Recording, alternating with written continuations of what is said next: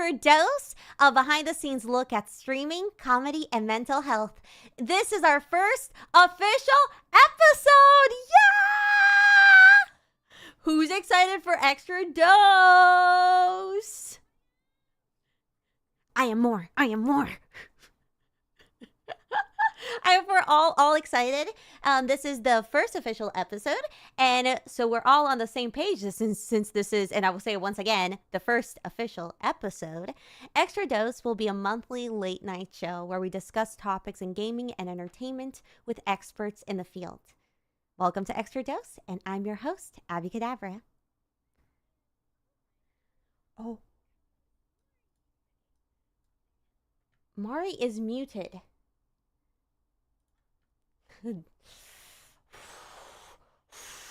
This always happens.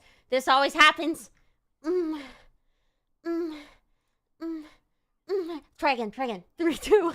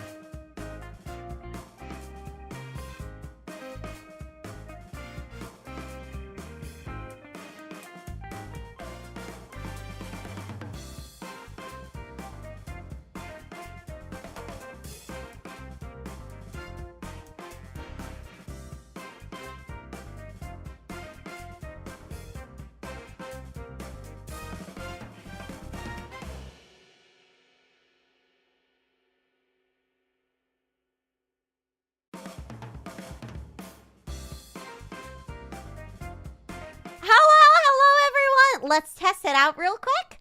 Mari, could you say something? Okay, can everyone hear Mari? Fingers crossed, waiting for it. Is it working? Yeah. Nope.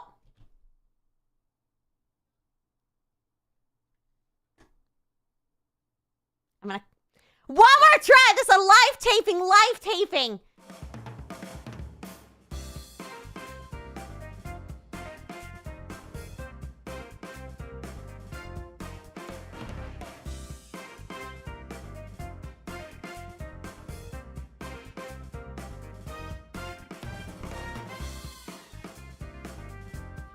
That's okay.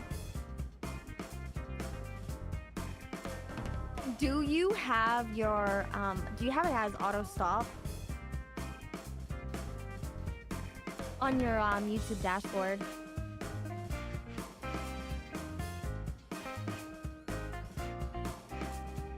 Yeah, no, and I was gonna say, like, worst case scenario, if you need to restart, like, your OBS or something. Oh, can they? Yay!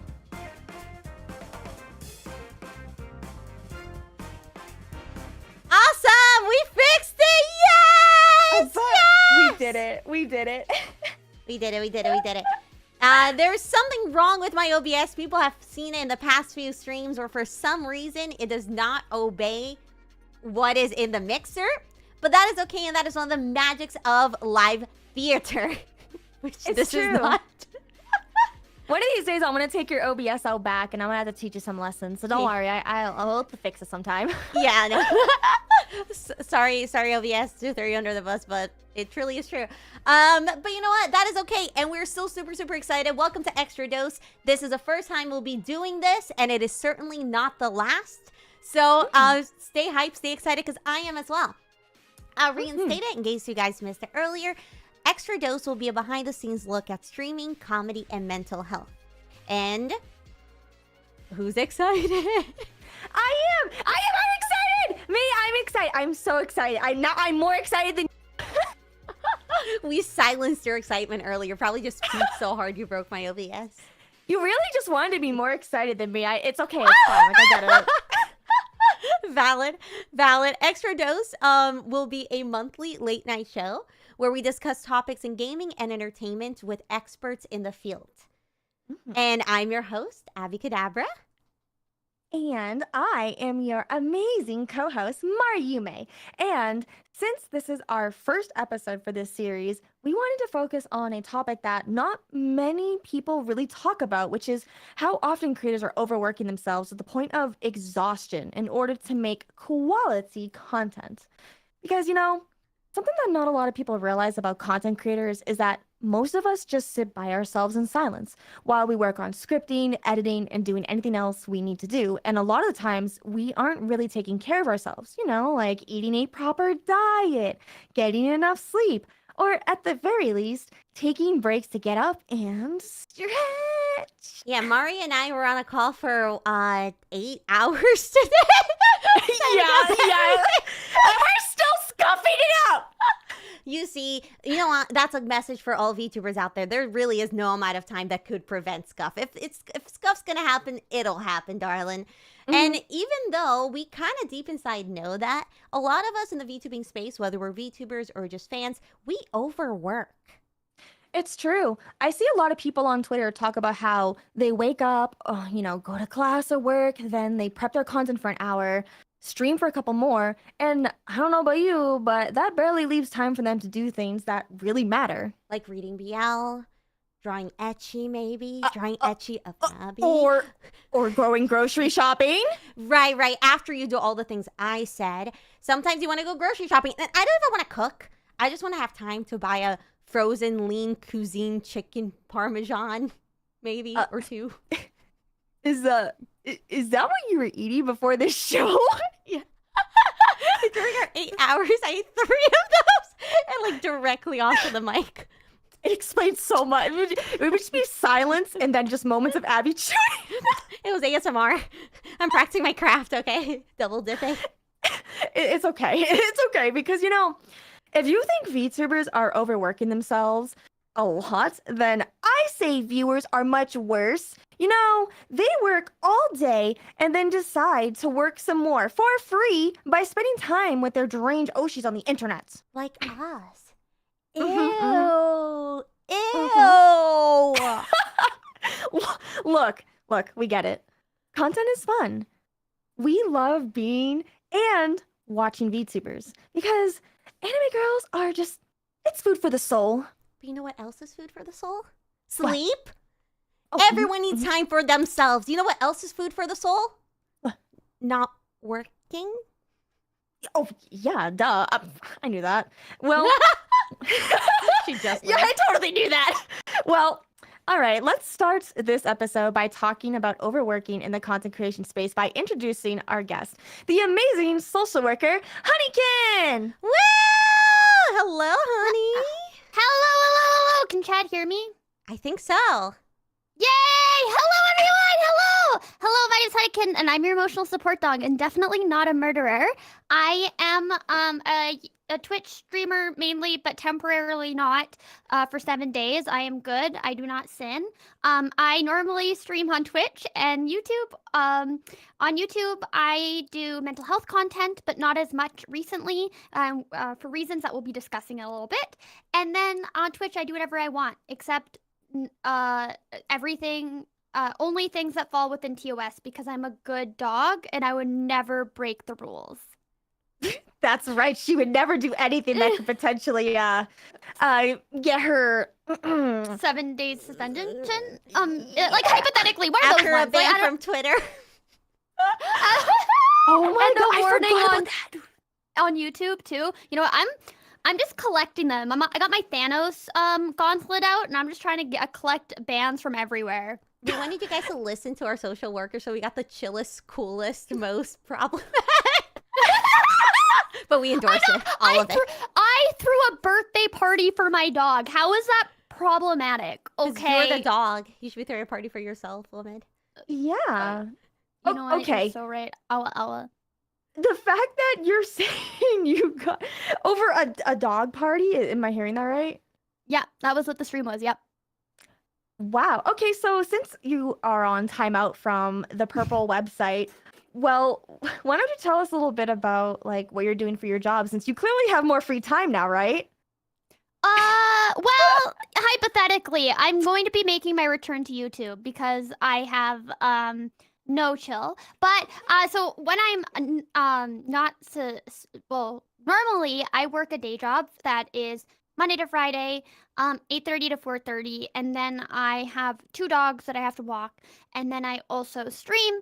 And so it doesn't really leave me any time for anything else. But yeah, and I work with I work within the court system. And I work within culture currently. I kind of before I was working with addictions, and now I'm trying Oh. something different. Yeah, so I've just been I just follow my passions at the time. Kind of sounds like you're juggling a lot all at once. Which tell me, what do you how do you I'm trying to think. You just said you worked in the core stuff you do. I think the last time I had mentioned something about like your job. I feel like whenever I like send you a message and stuff, you are always like doing something. Like literally, like I'll talk to Honey sometimes and she'll just be like in her car. We'll just go for like a car ride together. And I'm like, where are you going? She's like, oh, I just got home from work. And I'm like, woman, it is so late right now. What are you doing?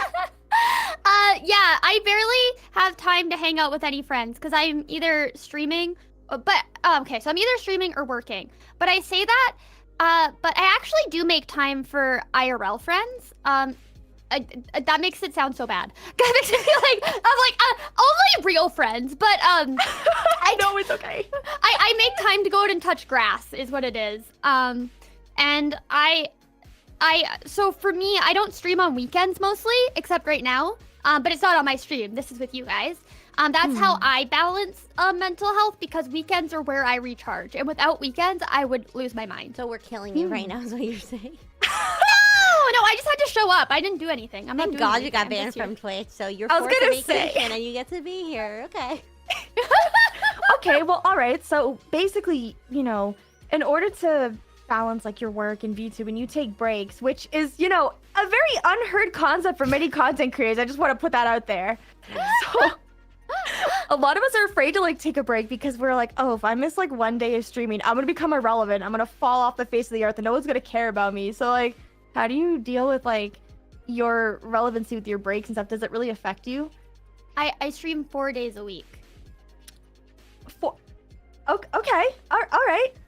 So I don't really have like I choose my days off to be weekends. So are you like going to work and then you just stream right after work? Yeah. Yep. The hustle grind. I know what that's like. I go to work and then I get home and then I stream. And there is no like I have no time for myself or anything. I'll forget to shower for like a week. Like and then I'll be like, "Oh my god." I now have Alexa alarms to be like, "Take a shower." And I don't do it when they happen. Like they just happen right now, but it reminds me because I forget that showering is something I need to do. But then my brain will go, "Oh yeah, I need to do that. I need to shower."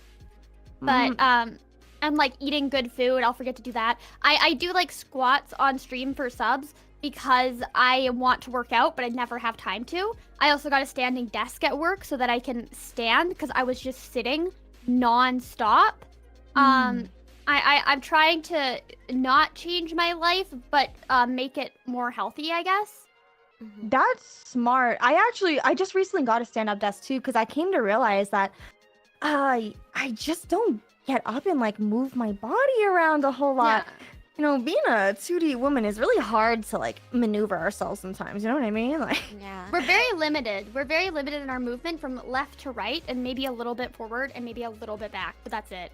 And the gamer neck, mainly considering some of us are well endowed in the booba department. It's like gamer neck plus being weighed by the frontal pockets of milk. I have no idea. I don't know about that at all. Definitely not why I was suspended on Twitch. Definitely not. I'm never gonna get over that. That explains the stench in here. You know, I honestly thought it was me because I was like, you know, sometimes I forget to shower, but now we know it's because you're squatting and telling and hosting birthday parties for your dogs. They were happy. They were so happy up until the suspension. And then now they're crying. And it's all Twitch's fault. You know what? That's right. Yeah. You know what? We're just gonna play Twitch. Yeah, that's exactly it. Twitch You did should say this that. Today with this slander of big corporations. What is YouTube gonna do? That's their competition. They want us to slander. She's right, you know. Honestly, True, okay. YouTube. See, you're an expert in many fields. Clearly, you clearly know how content creation works. Obviously, I am well studied by reading one book on Twitch for Dummies, and now I know everything. Wow. Okay. So tell me, since you have this. Actually, I think that's a real book. It is. I might need to pick that up later. But, well, honey, since you're working a lot, and like again, like I know how busy you are, and we really appreciate you coming on to this show to talk with us. But you mentioned how you still somehow make time for like your friends and your family. And I find that really fascinating because I know a lot of people, like a lot of other content creators they struggle with this. Like it is easier said than done. And you've mentioned how you really struggle to like balance this, like even doing like hygienic things like showering and stuff. And I know for sure that there are other people who probably also struggle with this. In fact, I had a question that we did like a little poll from Abby's community of somebody else who had been struggling with this. Kind of like they work more like an office job. So if you don't mind, if we take a little gander at this, I think Abby can kind of show the question up on stream. Where let me see. Right here it says, It's rather small. I work though. Full of it's soul. okay. It's there. They can zoom in. They can work a little extra hard today. It's all right. But it says here, I work a high stress office job, and I often find myself treating streaming and the grind like my job instead of my hobby. It causes stress, and I fear it will cause burnout and prevent me from making streamer friends. How can I better separate the two while being so busy? And I'm curious about your answer because, again, you said you do make time for IRL friends. So, like, what kind of advice can you give for someone like us who struggle with that? Okay, so I would like to specify before, because I do have an answer for this question, but I mentioned it before to Bari. I was like, people who know about mental health, they don't take their own advice. They know the advice, but I don't take it. I am like, I know what to do, but am I gonna do it? No. I'm just gonna suffer and complain instead. So I say I make time for friends and stuff, but I'm stressed constantly. I'm constantly on edge. I'm constantly like, I should be doing this. I should be doing this. I shouldn't be doing this. So I can never really be present in the moment because I'm constantly thinking about other things I can be doing. Also, my family, I love my family, but I tell them I need a week of notice before making plans. And they do not give me a week notice. They give me a day. And I want to be there with my family. I want to spend time with my family. But they give me like 2 days notice. And I'm like, I want to be there. So it's really stressful because I try, and sometimes I'll have to cancel streams just so I can make time for my family. But then when I am there, I am stressed and on edge, and it shows. So while like I say that I do make time and I try my best to make time, I feel like I'm always I'm like a hamster running on a wheel, kind of, that I'm always missing something and I should be doing something else. That's how I a feel. big mood. Retweet. Oh my god. I was gonna say, like, Abby, do you do any of the things like this? Like, do you hang out with friends? Are you making time for yourself? Me? Oh Lord. Yeah. Oh my gosh. I actually really, really relate to what Honey is saying. Is like the idea of like no matter like sometimes you know the right thing to do. And I think I try to be somewhat disciplined about at times I just like I do stand up, which takes a very long time to work on. And it's a lot of late nights and it's a lot of, going somewhere where there are a lot of mics and you just got to work for hours. And it's around the time where a lot of people stream. So sometimes I have to be disciplined in making sure I'm not streaming every evening just so I can work on the stand up, which ultimately is content I want to bring. But I sometimes get really frustrated. So, because it's more pressure on it. So if I work, I take a couple days to work on a lot of stand up and I'm not happy with what I came up with, it's like the opportunity cost was so high because I gave up days that I could have been streaming, connecting my community, reaching out to more people, making content for that purpose. So yeah, it's really hard. I feel like no matter how disciplined I am, like there's a lot of frustration that comes with whatever I gave up to be there at the moment. Yeah. That makes sense. Yeah, I was just like wondering, like, man, are all three of us just really bad at like making time for people? Because that's what I feel like the theme is today. We're just really bad at it, and it's okay. It's part of the content creation job, Yeah, I think it's hard to make time for others because you're making time for a bunch of other people who watch you, right? It's hard to prioritize the people in your life when you're prioritizing the people in your community, in a sense, and making them happy. Because I think of it like there's only so many people that, like, if your heart had it was like a puzzle piece, and each puzzle piece you gave to people, and that's how much effort effort and time you spend with them. I feel like a lot of our puzzle pieces go to chat. And although we want to give it to the people around us that do mean so much to us, like our family and our friends, it's really hard because we only have a set number of puzzle pieces. And the problem with streaming is that if you don't give all those puzzle pieces to chat, you fall behind and people forget. That is true, especially, and you can't just force like a puzzle piece. Like it has to fit perfectly. Because I've tried jamming some puzzle pieces in to make it fit in the puzzle and does not work. It really, it does not work. Do you have any advice specifically on how to like decide how to allocate your puzzle pieces? And then a lot of us struggle with making friends. I do. And then it's like I land upon wonderful gifts of friends and I don't know how to maintain it. So do you have any tips on how to allocate that? Mainly if you have a job like being a VTuber or just a high stress job where you literally have to give so many of your pieces to that endeavor? I think it's aligning your values with your actions, right? And I think it takes a lot of reflection on what you do value and what you want out of life, and being like, okay, when I die, I want to have a bunch of friends there. Or when I die, I want to be remembered as a giant streamer. Or when I die, I want this and that. It doesn't need to be when you die. I don't know why I said that. But yeah, it's aligning your actions to what you want out of life, because a lot of our discomfort comes from our values being out of line. So if you think about you value community and you value friendships a lot, and then you think you said something in a conversation because you have social anxiety, you think you said something wrong or weird. If you value that thing a lot, you're gonna feel a lot of like guilt and awfulness and shame because of it, because your values are out of sync, right? Because you value that friendship, but you think you said something bad. And so things you care about tend to cause you a lot of discomfort if you're living out of line with those values. So once you figure out what your values are and you start living in alignment with them, your brain becomes happier as well. So I think it's a lot of figuring out how much you care about those things, the things that you want, and then figuring out how much time you want to spend on those things to achieve those goals. And for you, honey, what are some things that if you wouldn't mind sharing with us, like what's something that you really value most? That's a really good question. You know, I value my friends and my family a lot. I value I did like a values test because I'm so like literal. I was like, what are my values? So I did like this hour-long test. Apparently, artistic and aesthetics are my values. I very much value aesthetics. That's why you're a VTuber! That's why I'm a VTuber!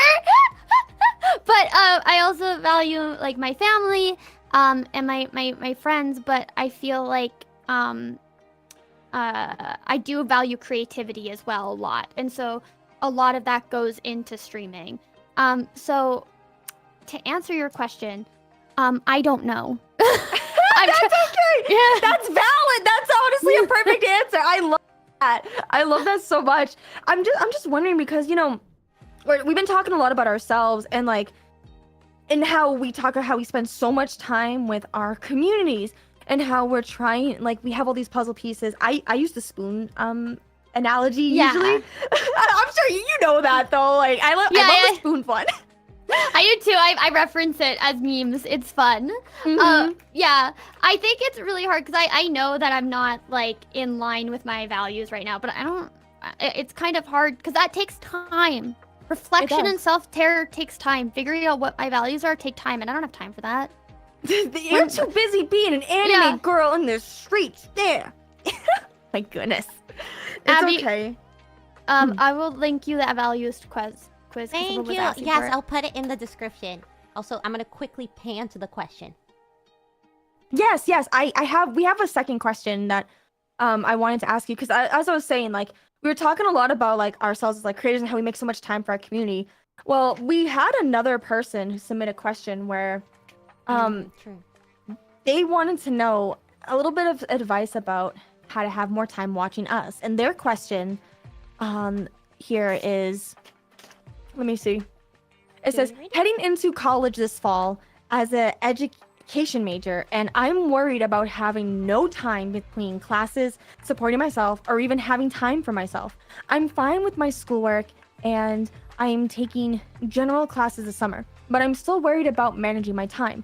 Any ideas on how to prevent burnout and still have time for myself so I can enjoy and watch your guys' streams more? That's a really hard question. Yeah, it is. So for this question, I actually streamed and was in school, and my bestest friend was a calendar.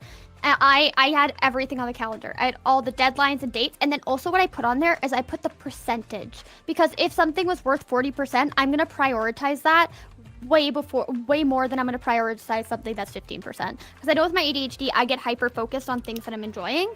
And let's say the 15% one's an art project, the 40% one is a dry essay. I'm not going to focus on the dry essay unless I know that the percentage of it is. So I put that on there. And then another thing about calendars, you can put other important dates on there. You can put important dates of your friends, your family, and also important streams that are coming up. If you're wanting to not miss a stream, you could put streams or like community nights in there, because that calendar is just to keep track of dates that are important to you. And and that also goes just like for like if your friend's going on vacation, put it on your calendar, and then you can follow up and ask them about it when next time you see them. You know what I mean? There's a lot of uses that calendars can do. But when you're in school, you have to plan everything. You want to use a planner. You want to map out everything and have everything scheduled out. I know that sucks because I hate doing that, but like that's going to give you the best success. Because if you have your study sessions scheduled out, when you watch stream sessions scheduled out, your cry sessions scheduled out, everything. Because you're going to cry because it's university and that's what it does to people. And schedule it. Schedule cry sessions. I used to, not anymore. I used to schedule my emotional breakdowns. Because I'd be like, feel like I need to emotionally break down. And then I'd be like, nah. That's for Tuesday at 3 p.m. We're going to break down then. That's when I can cry in the shower. So I keep it going. And then Tuesday, 3 p.m. comes around. Either I'm fine by then, or I'm like, this is my sad girl hours. I'm going to listen to my sad girl bops and cry in the shower.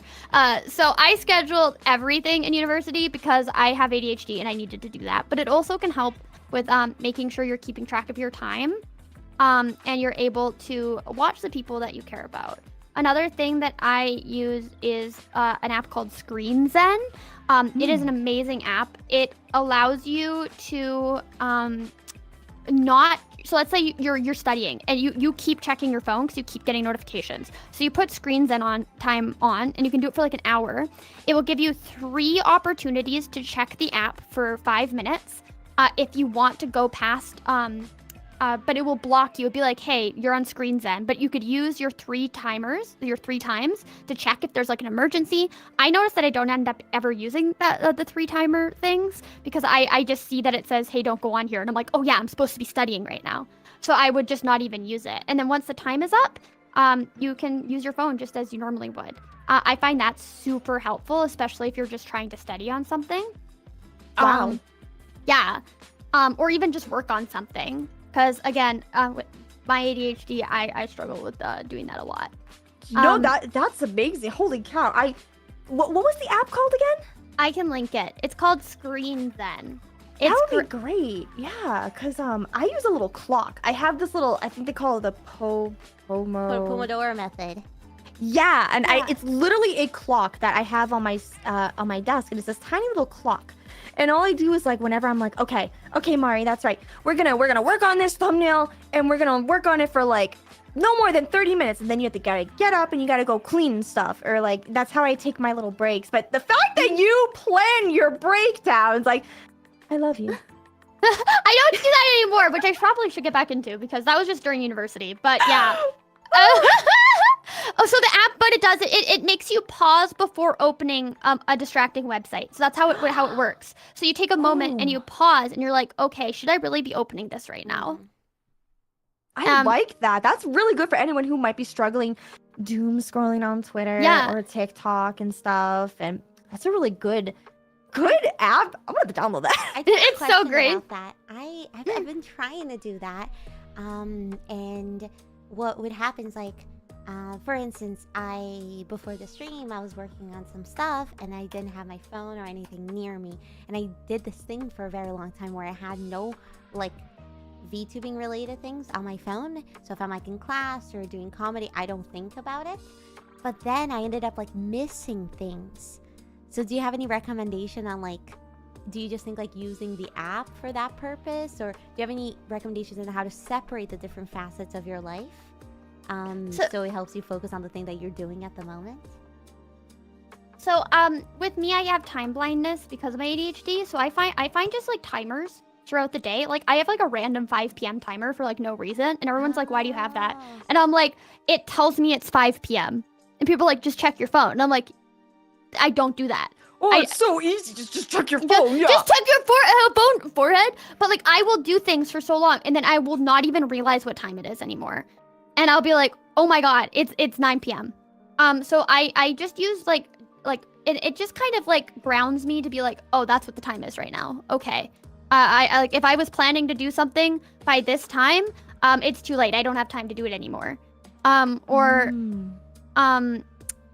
Like it just keeps me grounded in the moment and reminding me to not be hyper fixated on things, because that does happen. The good thing about the Screen Zen is that you can set it for a certain amount of time. It doesn't need to be for like once it's on, and you have to go manually turn it off.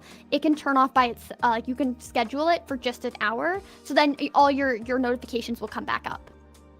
Wow, that's really helpful, especially for people who have like time blind, because I also have time blind. That makes so much more sense too, especially since I'll be so focused on like working on content and stuff that I didn't even realize like my own mom has been trying to reach me for like 2 hours. And then I'm like, oh, well, now it's time for bed and I gotta get up for work tomorrow. I'm sorry. My mom's like, you always forget about me. You never think about me. Like, that's not true. No. I'm like, it's not true at all.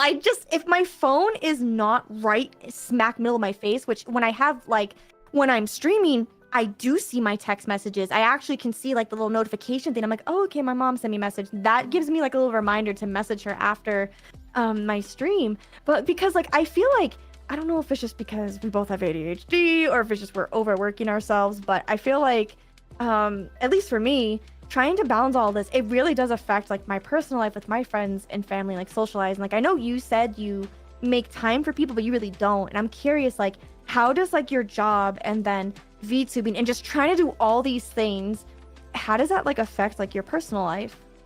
This is something that I'm honestly struggling with, and my chat knows that this is something that I struggle with right now. And I feel like I am slowly running out of steam. I gotta choose one because it's not a sustainable long-term thing. There is no way that this could be, because like right now, right, I'm young, and I know when you're older, my parents were in bed by 8 p.m. and they worked one job. And so I think but that's not like not to discourage people. That's just my own abilities. But I'm I don't want it to be like, oh well, yeah, it's easy just doing both, because it's really not. You're putting so much. It's a second job, and a lot of people think that content creation is a lot easier, but it's not, because you're putting so much more into it, because you're having to socialize with people, and then you're also having to like stay active on social media and stay active about trends, and then stay actively stream, and then do all these other things as well. It is a lot harder than it comes across. So it is hard balancing both. It really is, because It's kind of isolating, right? it's very isolating. I think being in a when I was in an agency, it helped because everybody was going through the same thing. But once you're just an indie, it's very isolating, very alone. That makes a lot of sense. I feel like a content creation, even not even just besides VTubing, like just in general, content creation, they say it's a very lonely career path if you don't like reach out and like talk to people. But sometimes it's hard to talk to other creators. Like, yes, we all do like this thing, but just because we do this thing, we don't talk to a lot of to each other. And like, honey, you're mentioning how at least before you had other people who were struggling with that with you, but now that you don't, I'm curious, like, what do you think's probably the loneliest thing for like being a content creator for you? I feel like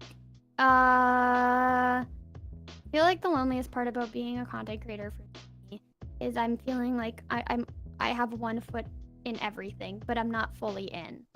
Like, I get to hang out with friends, but I'm not always with them, and I don't always get to do stuff. I get to see my family sometimes, but I'm not always with them. I get to stream sometimes, but I don't get to stream as often as other people. And I get to hang out with friends, but like you said, it's only like when I'm driving or going to and from work. So I have a foot in everywhere, but I'm not in anywhere fully. So I don't really feel like I belong. That, you know, it's kind of interesting because interesting side note, at my job, when I'm like making drinks and stuff for people, sometimes I have like these regulars who will come drive by and they're always on the phone. Like literally they'll be on the phone and ordering, and like we all kind of like joke and make fun of them, be like, I can't believe like they have the audacity to like be on the phone while, you know, driving, like trying to get an order. But, you know, kind of listening to you talk and stuff, and then me remembering like, yeah, we do talk when you're like driving sometimes I wonder like maybe like people who aren't even content creators, there's just so much going on in people's lives that sometimes the only way they can catch up with their friends or like do work meetings and stuff is by driving and talking, which is really interesting. It's really helpful for me too, because like I have ADHD and it can be hard to like focus on just one thing. So if I'm driving, my brain is mainly just on the conversation. That makes a lot more sense. You know, it's kind of fascinating too, because I feel like I don't know about you, Ab, but I feel like even like with us, right? Like we sat there just in silence while working on today's event, and even with that, like just sometimes being in the phone call can sometimes feel like socializing, even if though we weren't talking. It was the most social. I'm never on a phone call and talking. If I'm on like a voice call, I'm always like muted in the corner. But it still It's feels true. good. It's like a podcast, you know, that you can just like listen to. Yeah, and feel a part of if you want to be. That's why I save my time by combining my driving time with my alcohol. Hey, look, it's interesting too, because, well, I know not everyone is a content creator, but a lot of people struggle with social anxiety. In fact, we pulled a question from the community from the other day, and it's kind of related to like this whole topic of like isolation, but more specifically social anxiety, because you make time sometimes when you can to have conversations with us. But I'm wondering, this person's question here was saying, I've been struggling with social anxiety for a long time now. Once the interaction ends, I feel like I did something wrong. Like, was I being too boring or weird or unfriendly or not doing enough during that conversation? It's baffling to think how insecure I am about this, but it happens every time I have a conversation with someone. Doesn't matter what type it is. Could be a message, a conversation, or even a simple smile. I want to talk to people, but I don't know how to overcome this insecurity. So what would your thoughts kind of like be for someone like this who, you know, like, I don't know if this person would be brave enough to just be in a voice call with like us and just not say anything, you know, because they think they're weird or they're not interacting. Like, what kind of advice would you go about this?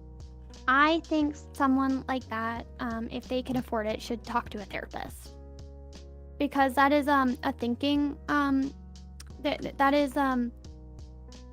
because anything I can say to help right now for someone like that is not going to actually have the as much of a help, because it's just that is a thinking pattern. That's a thought pattern that they have. So I can tell them, one, that's not what other people think about you. Like if you have a conversation with someone, you're not thinking about that afterwards. You're not analyzing it and thinking of how weird they are. When you have a conversation with someone, you're mainly that's just a conversation, and you move on. You're not being like, wow, that person is really weird, unless they come out there and they are like, their hand is in their pants, they're screaming, and they're like jumping up and down and doing like a Fortnite dance mid conversation. Like then you'd probably be like, that's a little bit, yeah, you'd probably think that person's being weird. Man. But like if you're being a little bit awkward, no one's gonna be as hard on you as you are being on yourself. Just like you are not that hard on other people. And so no matter what I say, it's not going to help, because that's a negative thinking process that needs to be challenged with challenging those thoughts and replacing them with new thoughts. And it's hard to do that. And it can be really difficult to do that on your own, and that's why I recommend therapy. But there's also like self-help books that you can look into on the easiest recommendation would be CBT, which is not what you think it is. It is cognitive behavioral therapy, and not what the other one is. Which you everybody wouldn't know, obviously, because you're. I'm say so. Yeah, 100%. Yeah, exactly. But it's kind of like challenging the negative thoughts about your interactions, challenging those thoughts. Often our thoughts can be exaggerated or distorted, and challenge them can bring back a more balanced point of view. I have an app. I'm gonna stop. No, wait, I have another phone, so I don't have to stop tracking. It's called What's Up, and it's a really great app. When I was in high school, the school counselor recommended it to me, and it has Help Right Now, coping strategies, information, personal, and it's like a diary. So Help Right Now, it has Get Grounded, because grounding yourself, you're in your head. You're so much in your head that you're not like thinking about the place that you're in, because you're more of in like a flight or fight zone. So looking around a room and finding like 3 things that are blue and counting them, it brings you back down and out of your thoughts. There's also just like ways of thinking. Thinking patterns. So we do mind reading. So we assume we know what others are thinking, and usually about us. And you can ask yourself, am I assuming I know what others are thinking? What's the evidence? Those are my own thoughts, not theirs. Is there a more balanced way of looking at it? Another one would be a mental filter, when we notice only what our filter allows us to notice, and we dismiss anything that doesn't fit the narrative that we're doing. Looking through dark glasses, or only listening through the negatives, whilst only anything more positive or realistic or is ignored or dismissed. So it's only noticing the bad things, being like, this conversation went really well, but then you're only focusing on those ones. Another one that we do is we try to predict the outcome. We do, I should have done this, or I have to do this. And then putting pressure on yourself and setting unrealistic expectations. Another one is being critical, putting yourself down. And it's more like you have an internal bully inside of you. A black and white thinking is either it's good or it's bad. Another one is catastrophizing, so being like imagining the worst possible thing that will happen in any situation. Wow. That's really common. And it's kind of like asking yourself, okay, thinking that the worst possible thing will definitely happen isn't really helpful. What's another alternative to that? Another one is exaggerating the risk of danger or the negatives and minimizing the odds of how things will most likely turn positive. Minimizing the positives. Am I exaggerating the risk of danger and minimizing the evidence that most likely will be okay? Making judgments about ourselves. Or, so sorry, those were a lot of things to say, but there's a lot of negative thinking patterns that we have that that can be helped with therapy. But that's just from the app that I have, which is that's really just great. from the one app? That's crazy. It's not even that's just thinking patterns, and there's metaphors as well. So let's find one that I like. So imagine you're given a parrot. This parrot is just a parrot. It doesn't have any knowledge or wisdom or insight. It's a brain dead bird. It's a brain is bird-brained after all. It recites things in a parrot fashion without any understanding of comprehension. It's just a parrot. However, this particular parrot is poison, and a poisonous parrot. It's been specifically trained to be unhelpful to you, continuously commenting on you and your life in a way that constantly puts you down and criticizes you. For example, the bus gets stuck in traffic jam and you arrive at work 5 minutes late. The parrot sits there and goes, there you go again, late. You can't manage to get there on time, can you? So stupid. If you just left the house and got there earlier, you'd arrive with lots of time to spare, and the boss would be happy. But you, no way. You just can't do it. Useless. Waste of space. Absolutely pathetic. How long I would think you I put have up the with- parrot, Abby. I think I have the parrot. That's what's in my head. It's a stupid little bird. Well, parrots are pretty cool. I wouldn't diss the parrot just because you have a problem, okay, Mari? But how long would you put up with the abuse before throwing a towel over the cage or getting rid of the parrot? Probably We can forever. always put up- I'm gonna make it my dinner. I'm gonna eat the parrot. It's dinner I'd now. probably take it forever. I'd be like, okay, you probably know better, parrot. I worship you. We often can put up with thoughts from this internal bullying for too long, but we can learn to use notice the parrot, notice that it's there, cover the cage, there's a parrot again, I don't have to listen to it, and go do something else. If that makes sense. So being like, that is a thought, it's there, I had it, but that doesn't mean I need to jump on it and continue to go with it, right? Yeah. And that's part of mindfulness. So meditating and doing mindfulness practices like deep breathing and meditation actually teaches on a neurological level to relax and calm down and be more present in the moment. If you think about when you jump into ice, like cold water, you go, your body goes, right? Yeah. But when you're calmed down, once everything is chill, and let's say you had a really stressful experience, you go, and that's actually telling your muscles to calm down and your brain to calm down. So doing that and learning how to do mindfulness teaches you how to do it in more situations that are more stressful, because when you're stressed, your brain doesn't think rationally, and that's just normal. But doing it when you're not stressed can help you learn how to do it when you are stressed. Oh. It's like, think about the habits you learn in your brain, like snow. I don't know if you guys have been around snow, but once there's a bit of snow, like a huge field of snow, if you walk through it once, there's going to be a little bit of footprints, but it's not going to be clear, and it's going to be kind of hard to still get through. But if you keep walking through that path, it's going to pack the snow down, and it's going to be easier to walk through it. And that's with mindfulness. If you do it when you're calm, you're going to create new neural links in your brain, and you're going to be able to better calm yourself down in situations that are higher stressful, because it'll be easier to access that skill. That Sorry, makes I a lot talked of so sense. much. No, that was beautiful. No, we love that. I love when Honey goes into her, and I don't know, you have the whole nurse outfit on, right? I feel very taken care of right now. Yeah. I will take care of you. She's It's a- all going to be okay. She's a lot of contradiction. Honey is everything in one. She's the whole package, and that's why she was banned. I was too hot. I do have a question, Honey. Okay, let's say people actually are saying things about you. And I don't know if you have a related question to that later, maybe, but let's say you feel like people are talking crap about you, and they are. You hear through friends, or you see them, and it completely crushes you. And even when people are not, sometimes you have one interaction where someone's having a bad day and they're really mean to you. And then from then on, it's hard to talk to that person without assuming that they're thinking those things. Do you have any tips on, one, dealing with people being really mean to you and shunning you from an environment? Certain times VTubers decide they don't like someone and you're shunned from the environment. How do you deal with genuinely getting excluded for no real reason? And two, how do you deal with having one interaction with someone that was really negative because they were in a bad place, and kind of getting over that so it doesn't haunt you?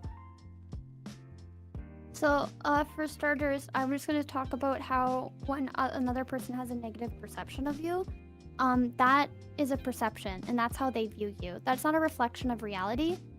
That is the reflection of their reality. Every person has their own reality and the way that they see things based on their genetics and based on the experiences that they had when growing up. Let's say I was bit by a dog. A blue blue and pink dog that also likes to wear nurses' outfits. Let's say I was bit by a dog when I was younger, and it was really bad, and I had to go to the hospital, and I had to get shots, and it was terrifying. When I see a dog, I might be when I'm older, I might be scared of the dog. While someone else might be like, that dog is so cute. Oh my god, I love that dog. That dog is so. Even if they're like growling, they're like, oh, like have you ever seen like the memes where a dog's growling and it's like it's funny because the dog is being goofy. Yeah, Yeah. I know what those look like.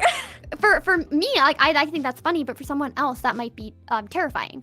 And same thing can go with the perception of others, right?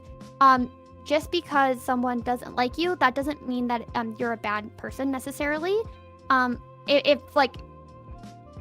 It doesn't mean that you're a bad person. It means that that's their reflection of you and that their opinion, and that's how they feel. But that doesn't mean that it is who you are, and you need to take it in and make that a defining factor of yourself. Now, if it's like a repeated thing that like people are like, you are really slow at walking, and then everybody says that to you. You might be slow at walking. I hate to break it to you, but if your mom says it, your dad says it, people who love you say it, you might be slow at walking. But what's wrong with that? But if someone has like very impatient, is very much on the go, they want to like run really fast, they want to like go to the next thing, they might be more annoyed about it and more upset and dislike you because of it. But that doesn't mean that you're a bad person because of it. It just means that person, they don't like that, and that's how they see you. But the way that I really want it to be like reflected that how people see you does not mean that that's who you are. You can be different than other people's perceptions. I wonder how that kind of affects like a lot of people for like gaming and stuff too. Because you ever been in like a voice call when you're like gaming with a bunch of people in like a lobby, and let's say like, I don't know, I feel like League of Legends is probably the most like iconic example where like people will be like, they're like, oh, my support was just really, really bad, when in like maybe the what is it called, AD carry or something like that, maybe they were being too aggressive and the support couldn't like help them. Like, and I find that very fascinating how like in gaming we're so quick to like blame the other person. Yeah, because it's easier that way. It's harder to reflect. It's easier to blame. Reflection takes a type of humility and type of like ability to accept flaws, and flaws can be hard because it hurts us, because we all want to be perfect, right? And it's that values thing. If you value being perfect and you're not perfect, then it's hard to recognize that, and you're more likely to defend yourself and to be defensive and get upset when people say things wrong about you. It takes a lot of strength to be like, okay, I did this wrong, and then try to, and it takes a whole other fucking strength, sorry for swearing, to change after that. Because it's one thing to recognize and another thing to change how you are if you are being wrong. And then you don't want to like go too far into it, because then it's like if you think you do everything wrong, it's like trying to find the balance of okay, how much of this am I going to actually listen to? It's like when you put too much salt on food, you know? It's the black and white thinking, right? It's not that you're either all good or all bad. It's you did something bad. That makes sense. No, go ahead. No, and that doesn't make you a bad person. That just means that if you're able to acknowledge that, that's a way to grow. That's so fascinating. Yeah, go ahead, Abby. I have a question. Like, how do you deal with? Okay, I feel like a lot of us in the gaming space, and maybe I'm just speaking up for myself, but sometimes it can be really okay. So, you touched on it earlier. You know, if you had negative experience with a dog, you have a different response, like different forms of PTSD, different severities. But a lot of people carry, to some extent, just the trauma responses.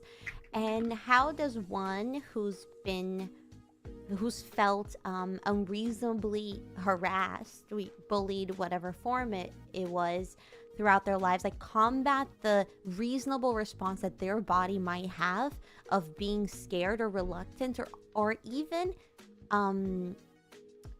reluctant to judge themselves? So how does one who's been bullied or shunned or abused in any form not only deal with that, but also not use that as an excuse to not check if they're being a good person? Because a lot of times people's response is just putting walls up, being aggressive, and lacking a certain level of introspection because it feels unfair.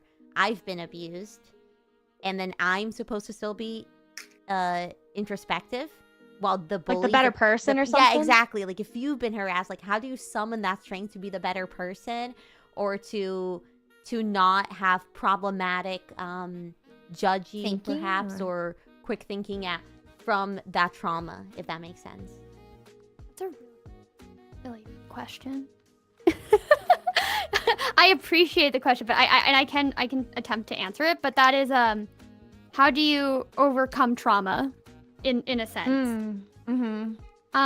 So let me try and because there's a lot to say. No, take your time thinking. That's why if you just spat out like another banger answer like that, I'd be like, okay, clue. Like, just so you know, we did not. This is live. Just so you know, give Honey a chance to think. Yeah, it is I also so broke helpful. my fidget toy in the middle of that, and my brain broke. Okay, we fixed him. We're fine. Okay, we're good. Okay, so my entire brain focus was within this fidget toy, and it broke, and I was like, okay. So it can be really hard to recognize when you're doing something wrong when you have been living in a state of self-defense for so long, because you're constantly in flight or fight, right? And that's all about like learning how to calm down your nervous system. And the more I've learned about mental health, the more I realize that I've become what I hate. Because I used to be like, God damn, those people being like, oh, just meditate. God, they don't understand what it's like. Meditation actually helps you develop new neural links in your brain, and actually helps you develop mindfulness, and helps you self-reflect better. And so like there is science to it. And so the more I've learned about it, the more I'm like, I am what I hate. Because mindfulness can really help.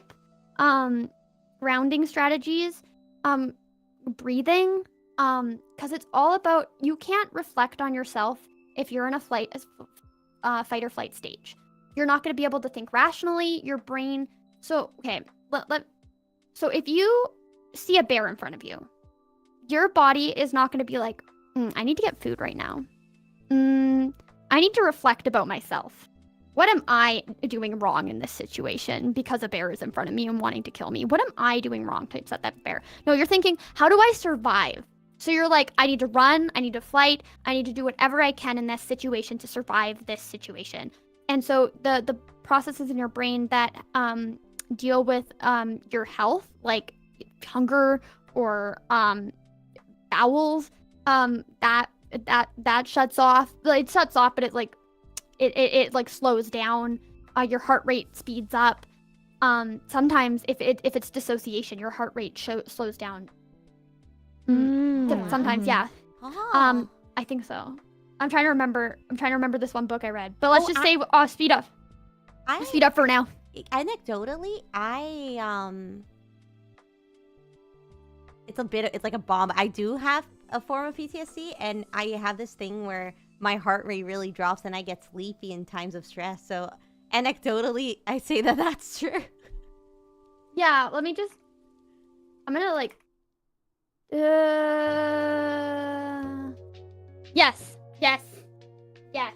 yes, you were right, and yes, I'm right. Okay, I'm not insane. I Googled it.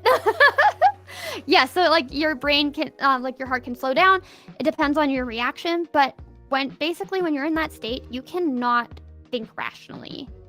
I like to say so when our brain develops from our brainstem, which is like our walking, talking, breathing, like all those things, and then we would develop our flight or fight part of our brain, which is let's call it our red part of our brain. Our red part of our brain deals with emotions, like if we're triggered or something goes wrong, or our wants and our needs and those things. And we have that, and we develop that when we're young, and we have it when we're like children, and then we don't start developing the other part of our brain, which is our blue part, and it is our wisdom brain, and it is our ability to think about our consequences of our actions, to relate with others, to understand other people's perspectives, to put ourselves in other people's shoes, to self-regulate, to calm ourselves down, to think rationally about situations. We don't start developing that until we're in our teenagers, and it doesn't stop developing until we're 25. Oh God! Imagine just being bullied like the entire time, and oh my God! And if you're dealing with trauma and stress during that, your brain is not developing because again, you're in front of a bear. You don't need those processes to develop when you're in front of a bear because you need to survive. So being exposed to prolonged trauma can negatively impact the development of your brain. And also ADHD does that as well. Substances do that as well. So in summary, my brain is my prefrontal cortex, my blue part of my brain is not great. But you don't want an X-ray of our brains. Let's put it that way. I do. Yes. I mean, what? I mean, that's the after the stream. But it can negatively impact that part of your brain, and that brain helps you relate with others. But when you're in a flight or fight stage, that part of your brain turns off. Because you need to go to flight or fight. You don't need to think wisdom. You don't need to think properly. You need to survive. And that's when that red part of your brain really kicks in, because that's the part of your brain meant to keep you alive. And so if you're put in a situation where you feel threatened or that you feel vulnerable, your prefrontal cortex shuts off and you're not going to be reacting appropriately regardless of the situation. That's why people always say if you're starting doing a serious conversation, take breaks, especially if you're starting to get worked up, because nothing productive will happen when people are upset. And that's why we occasionally, we throw some lighthearted commentary here or there. Honey's playing with her fidget toy that she broke, that she managed to fix again. Because these are really tough topics. And I know a lot of people constantly talk about how communication's so important. But well, actually, that's a good way to bring up to the next question that somebody submitted. If you don't mind pulling that up. Somebody had asked a very interesting question about communication, since we know we're supposed to communicate, right?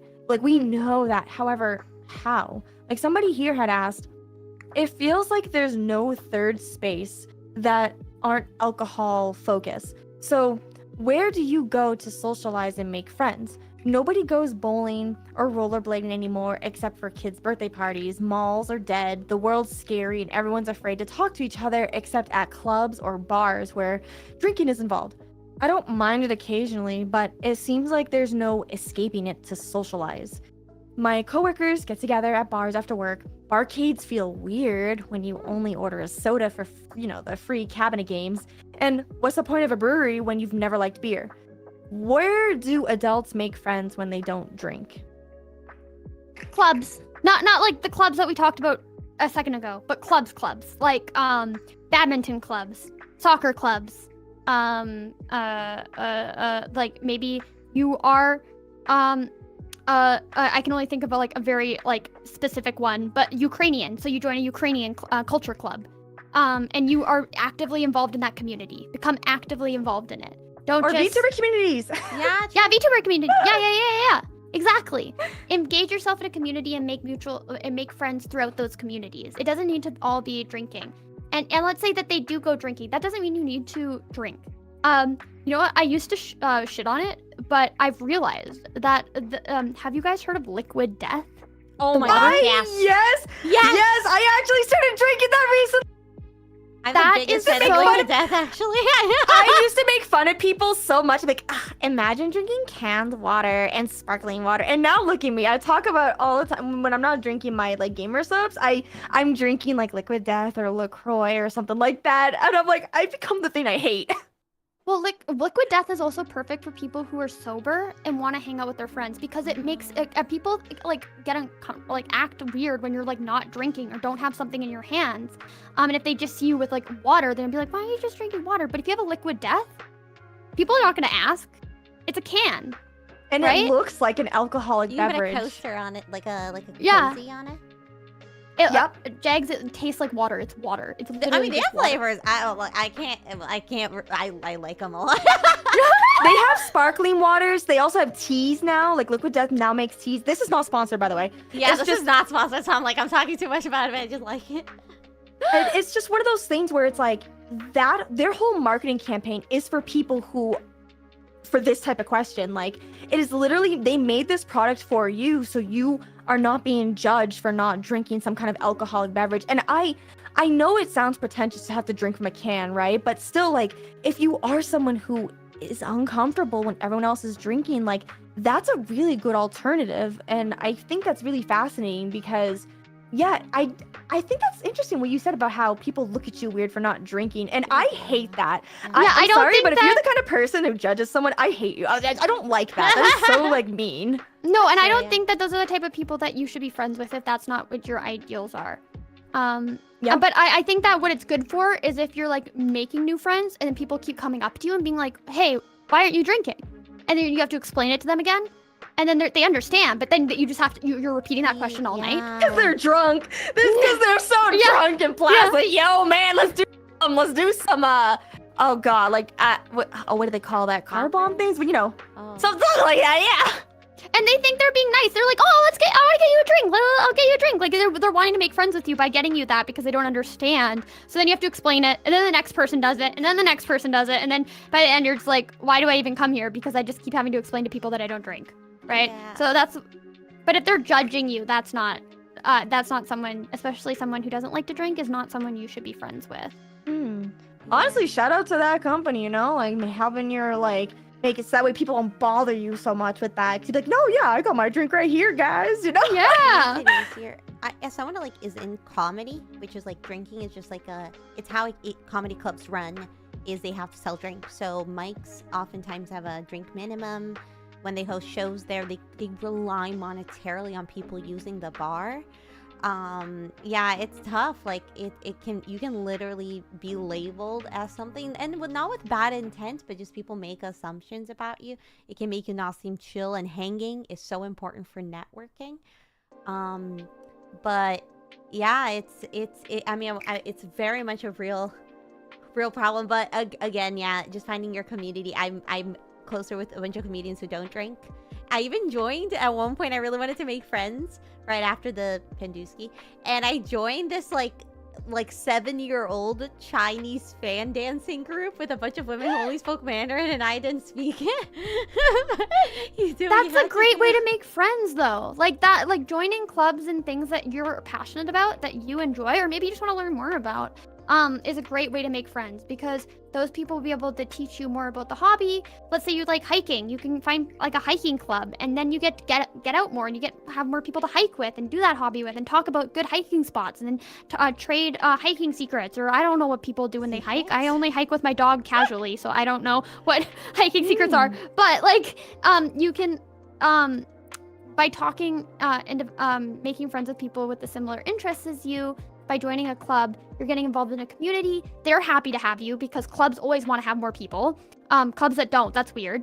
And so they're happy to have you there, and you get to make some friends and learn some more stuff. You know, that's kind of interesting too, because it's like, it's the same with like gaming too. Because a lot of people like they want to play games because they want to have someone to play games with. And sometimes it's really awkward to like want to go, you know, like say you're doing the hiking club, but you also have some mutual gaming interests, you know, like how would you go about like hey, you know, after we're done hiking and stuff, why don't we go play some games? Because there's a question on here that someone else had asked where let's say like they're in the club, you know, the hobby clubs and stuff or whatever, like yeah, it's the next question that we have on here. And I think it's really related because let's say like you finally have the courage to work up and like go to these clubs and you start meeting people, or at work. Work is a great example for this. This person was specifically asking about work, where they said, how do you turn work friends into friends? Like I have plenty of people at work that I'm cool with, but outside of work, we feel like strangers to each other. What can I do to actually form a friendship? And this could apply to like the clubs. This could apply to like Discord communities, whatever it is you're in. You all talk to each other in that one space, but how do you like deepen that friendship? And I want to emphasize friendship, not like relationships or anything like that. Friendship. So I would start by initiating like outside activities, like being like finding something like whatever like you got in common with that person. Let's say you like connected and want to be friends with them because you like video games. Be like, hey, what's your Discord? Do you want to play League? that was first game. We want to play League. I actually wanted to say Rainbow Six Siege, and then I said League, so I went wait. League. But anyways, do you want to play League with me on this day? And then initiating that, because a lot of people have a hard time initiating those things, and then initiating them, and then actually following through with them and doing that. But first that like creates like finding a common interest, like be like an investigative, be like just asking them questions, normal talk. But then when you find something, be like target acquired, and be like, oh, you like video games? What video games do you play? Don't say that you out play loud, though. Target acquired. Robocop. I like to make Animal Crossing gathered. sounds. That's how I can tell. Intel gathered. Processing next question. Networking commence. Networking established. But Listen, if I'm humming a sound from Animal Crossing, you know exactly what I'm humming. I'll be like, oh, okay, so you're a nerd. Okay, all right, So we you got just things to talk sing about. at like quiet spaces, Animal Crossing tunes. Dun, I don't yeah. know if that's a good tactic. dun Mark. dun dun dun dun. Dun, she dun, gets me. dun, dun. That's our friends. we get each other. We know the Animal Crossing sounds. We can even finish each other's. Sandwiches. Yes. That's what I was gonna say. Oh, jinx. Jinx again. We're all Sorry, I know that song way too much. breed of human here. Another one's planning group activities. If you feel like awkward just inviting them one-on-one, you could always like create like group activities. I know it's another great way of establishing friendships is find out what they're interested in. Okay, intel acquired. Send them memes about the thing they're interested in. Ooh. This is not really what Abby's interested in, but more her identity. But I saw like a Brazilian meme and I sent it to her. Oh, which one? I said you responded to it. How long ago was that? That was when a we while met? ago. No, that was like recently. I saw it and I thought it was funny and I sent it to her. Let's see. Ah. It says, "Is that real?" Yes, it's Brazil. Oh yeah. But like That's finding memes that Mordekaiser. remind you of the person and sending it to them is another way to establish more connections and create that it's a good way to start like a text chain too. Instead of being like, "Hey, what's up?" If you feel awkward doing that, you can Yeah. start like sending memes back and forth, sending things that you talked about that day. Like my coworker was talking about getting a wagon for her kid, and she got one, and so she sent a photo and said, "Wagon acquired," and so like stuff like that. Basically, just trying to find excuses to talk to the person. That's not even so much of like a hey, what are you doing kind of thing. It's more like a I saw this and it made me think of you, because there is a very big difference between that. Because sometimes like I will get messages from people being like, hi, how are you doing? And I'm like, I'm so busy. hate I don't have small time talk. to tell you that. Yeah. Mm-hmm. And it's Yeah, it's like- personal. It was like, how am I Yeah. doing? Like, I'm not gonna tell you. Yeah, especially if like, and I know that probably comes off like very snobbish, but if you really think about it, like not everyone likes small talk. Like sometimes, I would rather someone send me a meme and maybe I might respond and maybe I won't. Like to me, that leaves a better impression in my head than like you asking me like how am I doing, and I'm just because I feel bad because I'm gonna give you the same response. It's the same thing every day. Like I'm working. I'm working. That's all I'm doing.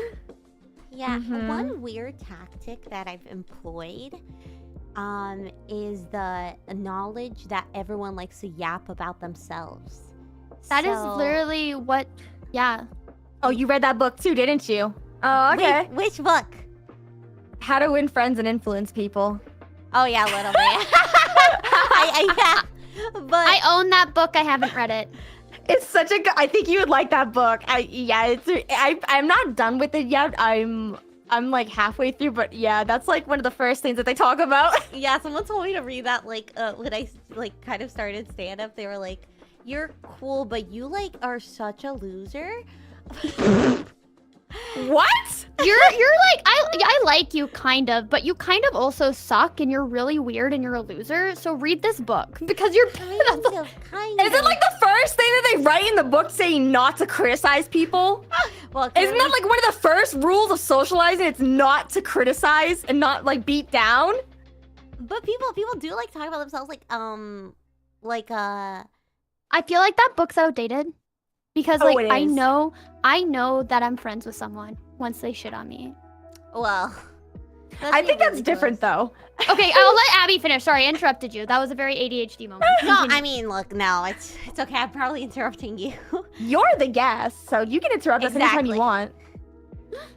But it's just a cool notion. Like, I think, at least I personally, one of my tactics and something really like Mari and I were talking about it earlier is when someone says something, and I think I was talking to Serena's all the other day, when someone says something and you share something that you've gone through that's similar, that can be so good for bonding, but that's not as effective as letting them talk only about themselves and nodding. So if you really want to make friends, like, you can generally just like find something about someone, and you don't even have to be creative and pitch an activity, or like, if you literally just ask them about it and then ask questions about what they tell you, you'll probably be well liked. Yeah. There is one thing though, that maybe Honey can give us a little bit more insight on. There is like a difference between everything always being about them and like the entire friendship being that way, because like at some point this person needs to show that they care about you to some extent, because otherwise it's like, okay, so like I've just, you know, wait it's not Another so way much to of make a friends is by asking for them to do a favor from you, because that makes them feel like they did something and that you like that they're helpful to you, and that like that's like actually another thing that you could do. Also, if you're doing everything in a friendship, that's not a friendship. Needs to be mutual. They need to be 50-50. It can't be you doing everything, because then that's not a friendship. That's just you doing everything for someone. That's actually something I had to deal with too, because it's like at some point, you know, I feel like what we're talking about are really good icebreakers to kind of get conversations flowing, you know? It's not like this is the definitive way of friendship. It's like these are like, I don't know, modern day icebreakers, I feel like. I agree. I think the best way to break ice with someone is to go up to them and be like, what are your thoughts on AI? And then What are your political beliefs? What are your political beliefs? Tell me everything. No, don't do that. Don't. And on it. And for what is your? Do you believe in God? Oh God. Oh no. Do you want to have kids? No. Oh my. No. Do you have kids should with have me? kids for this reason. With kids of God? No. Wait, hold on. That's how you make friends. I'm married. The first conversation topic should be religious, political, family beliefs, everything that has a lot of differing opinions on, and that are very conscientious and people really care about and get angry about. Those are great topic starters. You know, I once had somebody, I was at like a mixer, and it was for content creators, and I distinctly remember somebody coming up to me, and the way they tried to break the ice with me was like, so what's your trauma? And I was like, what? Oh, Why that's would you ask actually a me tactic that? people use or something. I've heard about that. But that's a real thing. Is it, honey? You haven't heard of it? I've literally never heard about that, because that's something that takes time for someone to tell you, unless that they already overshare things. Yeah, but yap, you get them to yap. That's the key. That's the key to a woman's heart. Get her to yap. Or But you don't just go up to them and go, what is your trauma? Yeah, I was like, I was like, I'm sorry, what? And they're like, and then they just changed the subject completely. It's like they were trying to like catch me off guard. It was so odd. And I was, and I'll admit this, it made me remember the conversation and remember this person in a good way. I don't know. I thought they were kind of weird for that, but it made me remember them. I prefer would be like, what is your deepest fear? Because like mine's like heights and belly buttons. Oh, So, like that's a more one. yeah. If you're gonna ask serious. I think we've talked about the belly button thing with you. I feel like I've had this conversation with you before. They're terrifying because like that's where you used to get your food from when you were a baby, and like I feel like if you poke it, then it will poke all the way through. I know it's not realistic, but people are scared of spiders too, and that's not realistic. You hate babies makes you think of the time in the womb which you hated. You like working, so you're too chill back then. No. Okay. I'm scared that my stomach's gonna fall out. It doesn't make sense, but also doesn't. Same with people's fear of spiders. Okay, that's do my anyone's defense. fears make sense? Like I think that's valid. I've never I You know don't what? think That's a so. lie. I You have do heard better. about. Sorry. No, I've heard of the belly button fear before, though. That's the thing. Like, I've never had somebody sit and explain it to me. I just know it was a thing. It doesn't make sense. Like, I am fully aware, but that's what makes it a phobia. No, that's fair. No, it's not supposed to make sense, and Yeah. like that's so fascinating because like it's so interesting how our brains and how so many different things can affect our brains when it comes to like socializing and like it's especially if you're not even a content creator, right? Like let's say you're just working and you know all these like fears and the way you grow up and stuff, how that can just affect your work and just your relationships and your reality. It's so interesting how like part of growing up is shaping your reality. I find that fascinating. It's teaching you how to survive, right? Because that's what growing up is.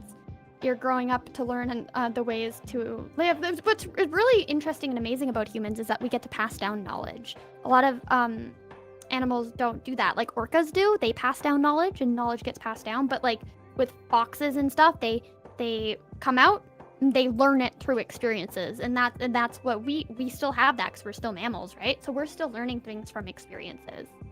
I have a quick question. It's related to the one of the chats, but also in a less memey way.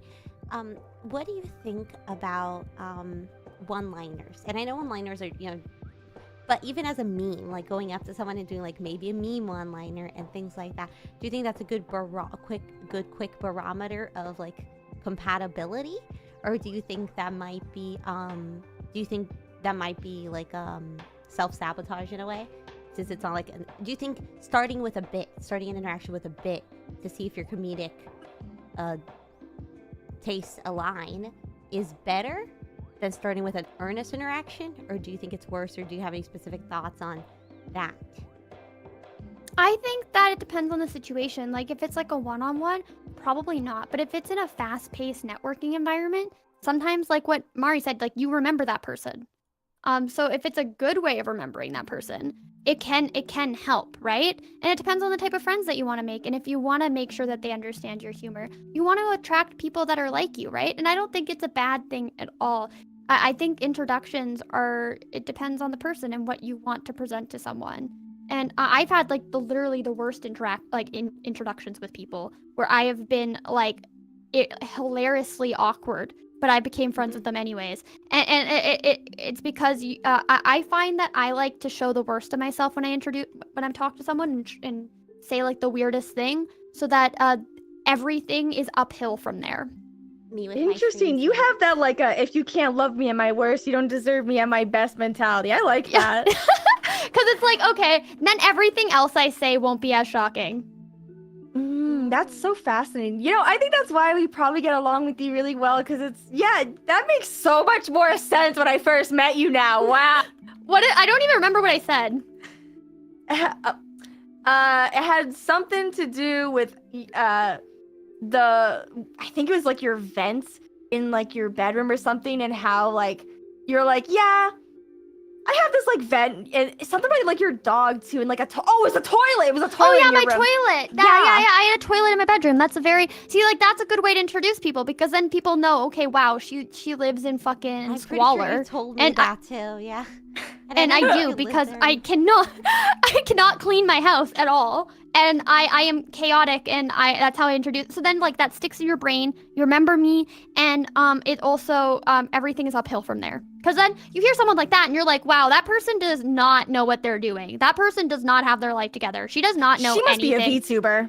She must be a VTuber. Sauces yourself by being messy. Well, that's just my family doing renovations before the renovations were able to be complete. But that like shows that I got that afterwards. Now you guys, I'm able to have deep conversations, and that's not what is expected of me. Your expectations are low. They're in the ground. So everything else is better. I mean, but I'm not saying everybody else should should do that. That's still high expectation, honey. I would not belittle. I don't want high expectations. You failed.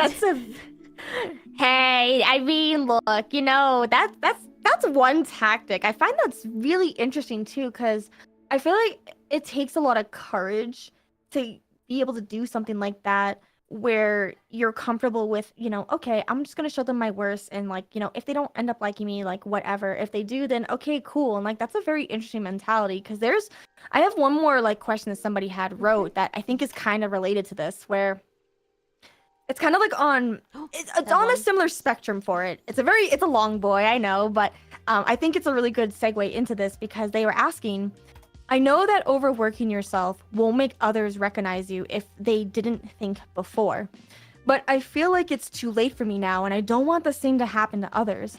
Anyone can be excluded for the most arbitrary reasons, and a lot of people often don't even realize it when it's in plain sight.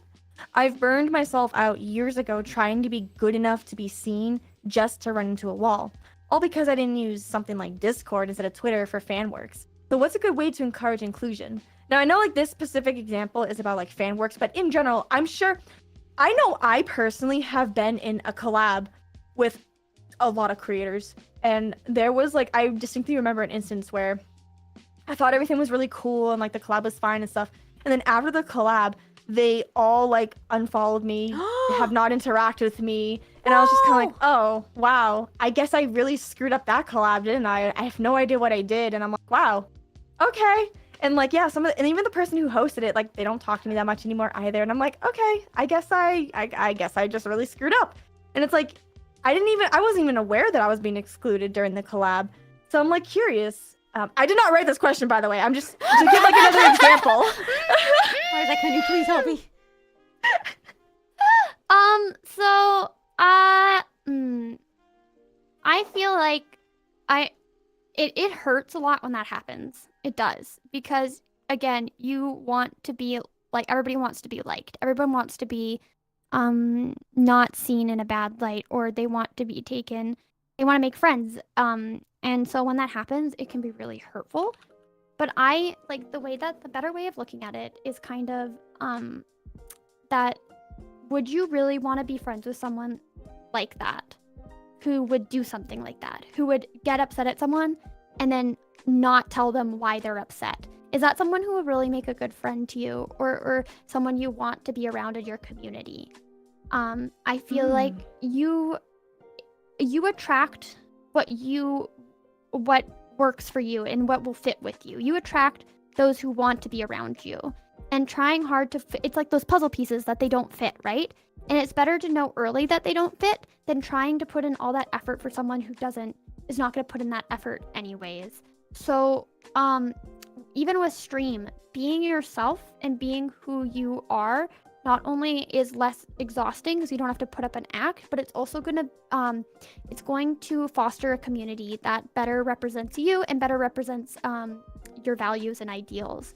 And so if that happened and you were just being yourself, then that means that it wasn't going to work out anyways. And so it's better that you know that now than later on.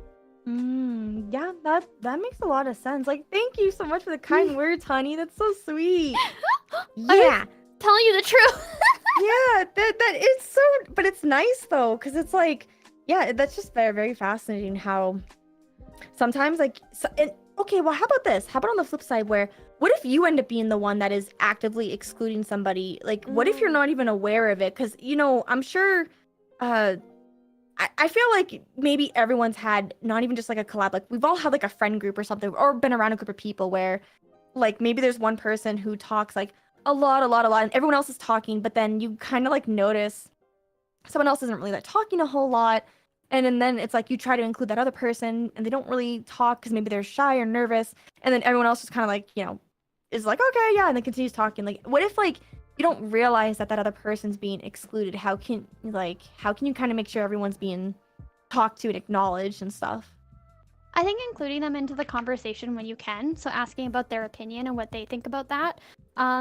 If you talk to them one-on-one and you know that they sometimes people are quiet because they are doing other work. That is true. Or if they're in a collab, they might be shy, but I feel like including them in the conversation or going out of your way to be like, hey, like, and being like, what do you like? What are your thoughts? And asking them directly, because maybe they don't want to interrupt, and maybe they'll try and speak and then they'll get interrupted, and then just tell everybody else to shut up, because you obviously, if you have to take the role of creating space for that person because maybe other people can't hear them, and not really just being like, shut up guys, but be like, hey, I think they're trying to say something, and I can't really hear them. Can we just be quiet for just 1 second? And asking them to just like quiet down so that we could hear what they have to say.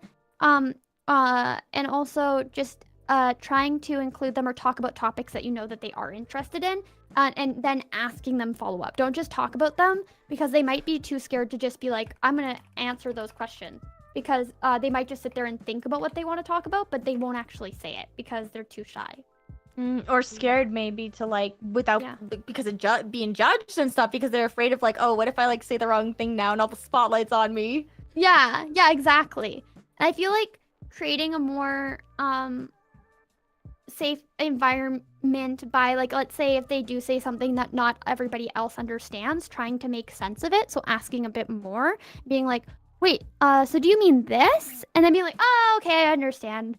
Or being like, oh, could you explain it a bit more? Because maybe they just said it badly the first time because they were nervous.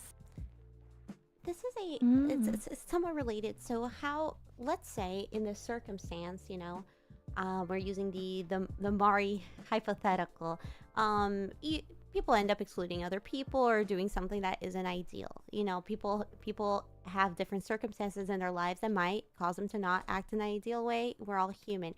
How can one go about, and that goes into the idea of like, you know, people getting canceled or people doing like any wrong things, like how can people go about like owning up to things, but mainly in a public space or even in any job whatsoever? Owning up to things feels like there's such a high weight to it. Like, yeah, I purposely excluded Mariume because I didn't like that she sneezed 10 times during the collab. I thought that was cringe. Like, how can people like have these Shut up about this mold story. Like, God.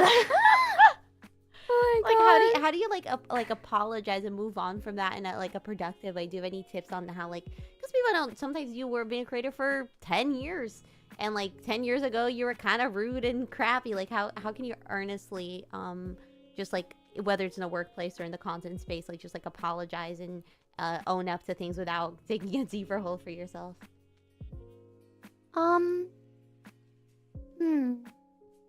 I feel like that comes down to feeling comfortable enough to do it, right?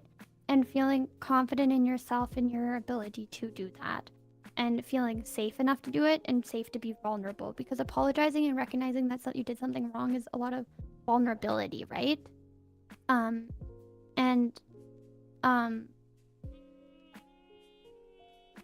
Could you repeat? So how, like in the space, like a business, like a company, or in a public, or when you're a public figure, like how could you go about apologizing just because there is so much people change and everyone makes mistakes, right? But there's like so much pressure in apologizing and owning up to your mistakes. So like, let's say you were in a collab with Mari and you were very mean to Mariume. Like how could they go about, like, what would be the best method for them to, once they realize, if they ever realize that they've been mean, to like take accountability and earnestly apologize and change themselves? Like, or even someone who doesn't think they've ever done it. Like, let's say most of us watching this right now have at one point in our lives not been the optimal person.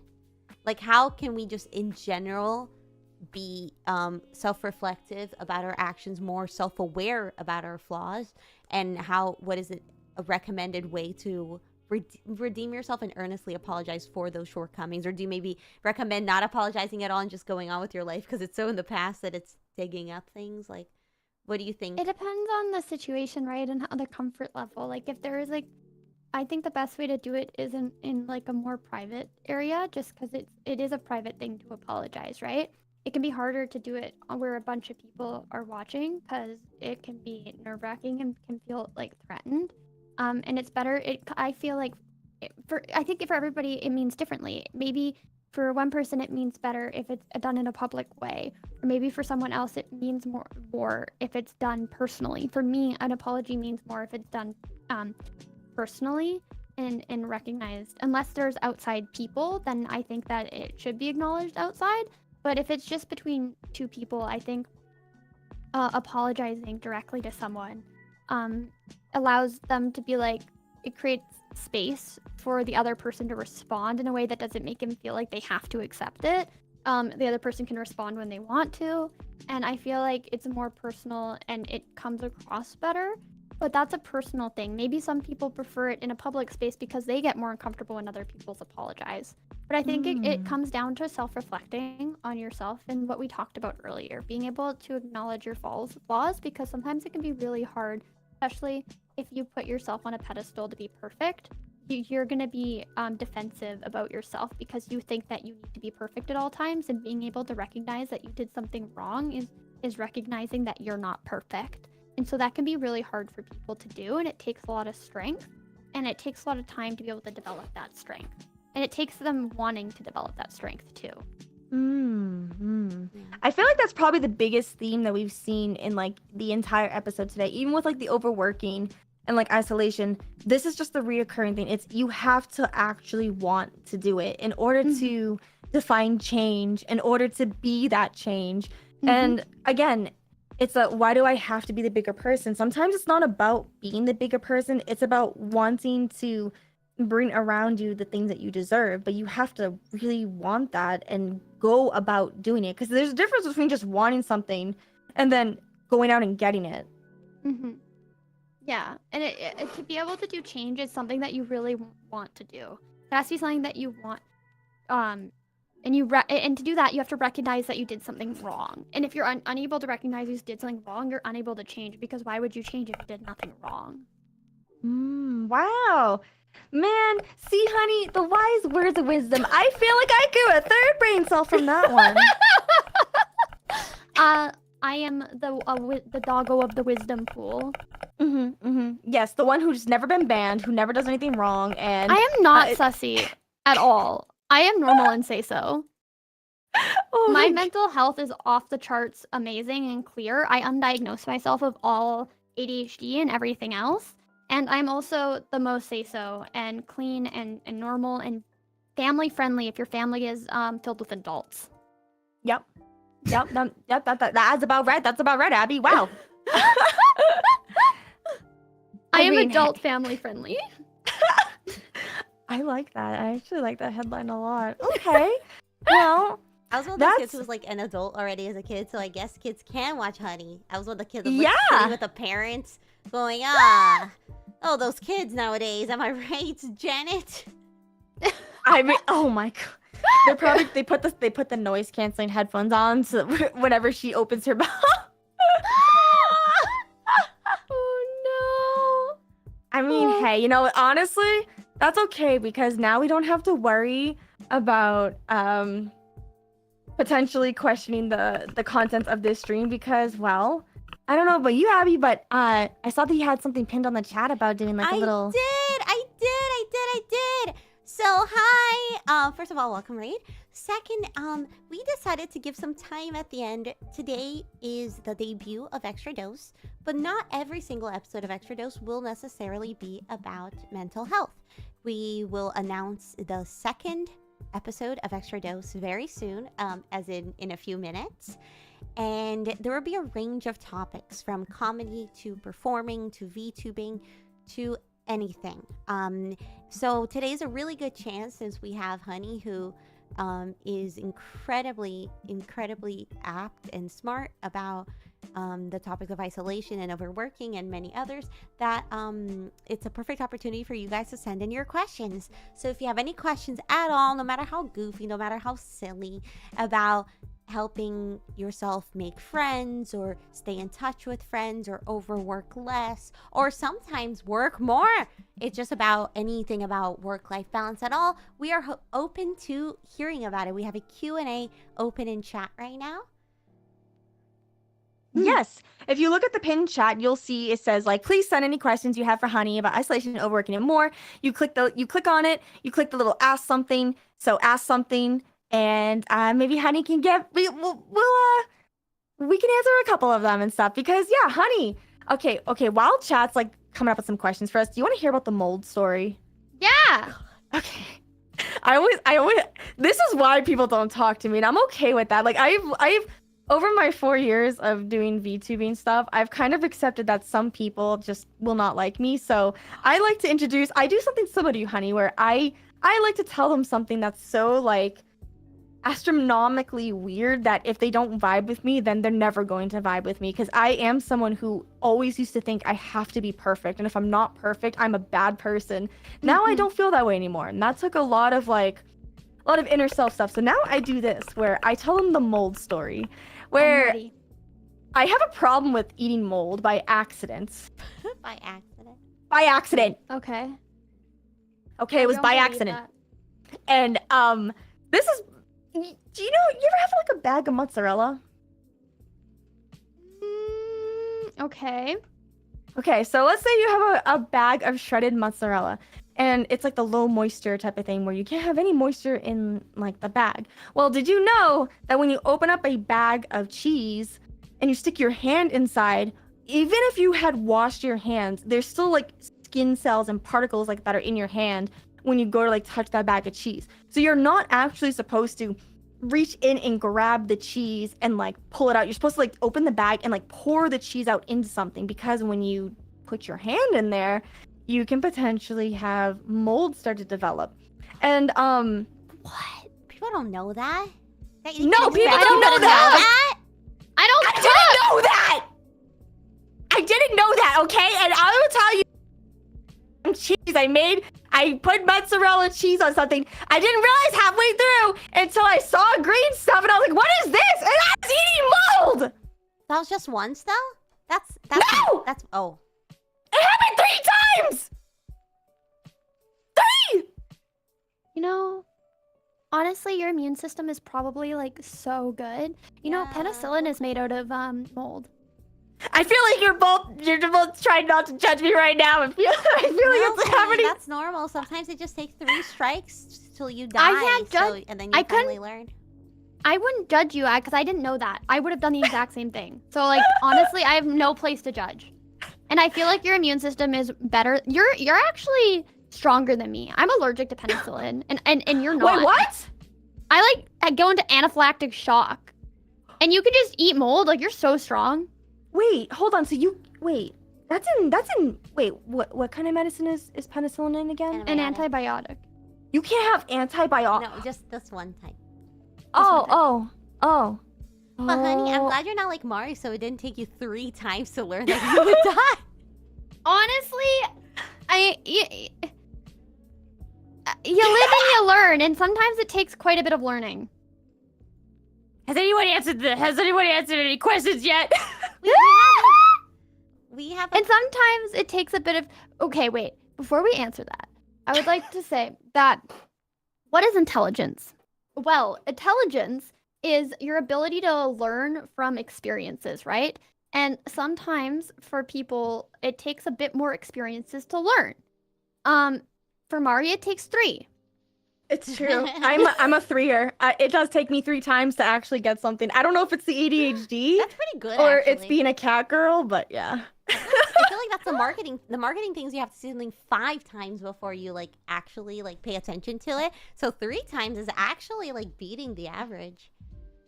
Dang. Yeah. You're pretty smart. Yeah, I'm smart. That's right. Clip that. They said it. I'm smart. And I'll say it again. You're smart, Mari. Mari, Yay, you're let's go on to the question. Okay. I'm sorry. It's okay. No, me not I wanting to say can't Mari see is- the question. Mari's very smart. But you know, yeah, I hope you don't die. I'm becoming your best friend ever. I know that, right? Wink. You're like my mom. I mean, I was kidding. You're like my wife. You know, you take care of me. She has like this mom thing. I don't know. I don't know. I don't know. I can't explain it. As in, I have a son named Guzalo. Yeah. Oh, that's right. Oh my god, that's right. I forgot about little Gogutan. I haven't seen him in a while. How's he been? Name's not Gogo Challenge. Mari can't say his name. I'm not allowed to say his name. What? Why? It takes me 3 times to learn my lesson. I'm on strike number 2 you right too, now. right now. Okay. I understand. I support you. But, All right, so question number I'll 1. read the- Abby, I'm gonna have you read it. So Mulga said, having moved overseas for work and getting time. Wait, sorry. Let me figure out what this is saying. Having moved overseas for work and getting time to time, having to overwork, always followed by burnout. Wait. Oh, okay. Got it. Having moved overseas from work and getting from time to time, having to overwork, always followed by burnout. I always get this feeling of being alone and disconnected from the world, my friends, and family, even from myself. Is there any way to ground myself and get connected again? Instead of like repeating the cycle of overworking, burnout, disconnected like from a demanding job. That's a really good question. Do you guys know the answer? Because I need the answer. I'm just kidding. What? Because I was saying that I experience the same thing, so I also deal with that as well. I was like, do you guys have an answer to that?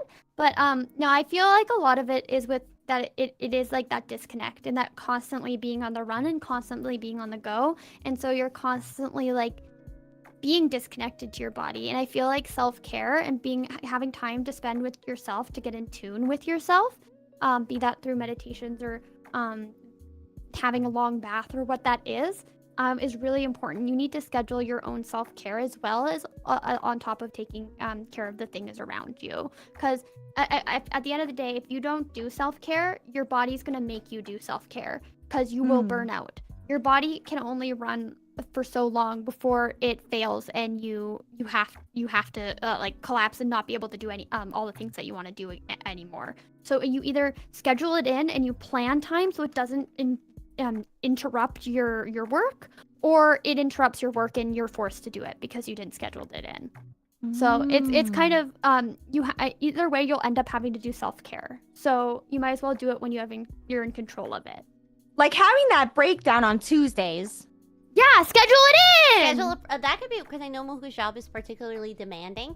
So I know like at times they might not literally be able to have time to self-care. But yeah, schedule a breakdown the day after the deadline. Yeah. Or be like Honey and do it in the shower. Yeah, multitask. Multitask. But you know what you could also do is right after the large thing, take time for yourself. And don't pick up something else until you're done.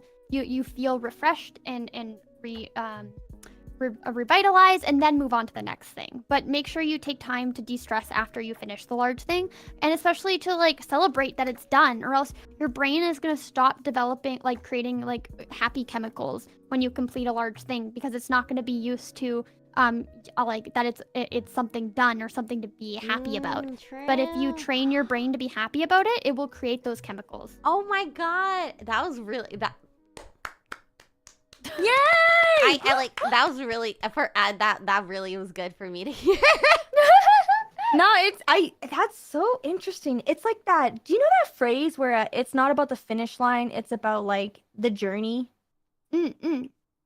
I feel like a lot of people and content creators are not the only people who struggle with this, but I feel like a lot of people are they're so focused on like that finish line, because again, what do the results give you? Status, power, money, like relationships and stuff, that we don't take the time to like notice that, it's almost been like, for example, it's almost been like 2 hours since we've been doing this, because all the time's passed, because we're just so focused on like getting to like the finish line and stuff, or just taking time to be like, hey, I did something really cool. Like, just so you all know, when Abby and I were in the voice call today, Abby was just like, how am I gonna set up like this, like the overlays? And I was like, don't worry, girl, I got you.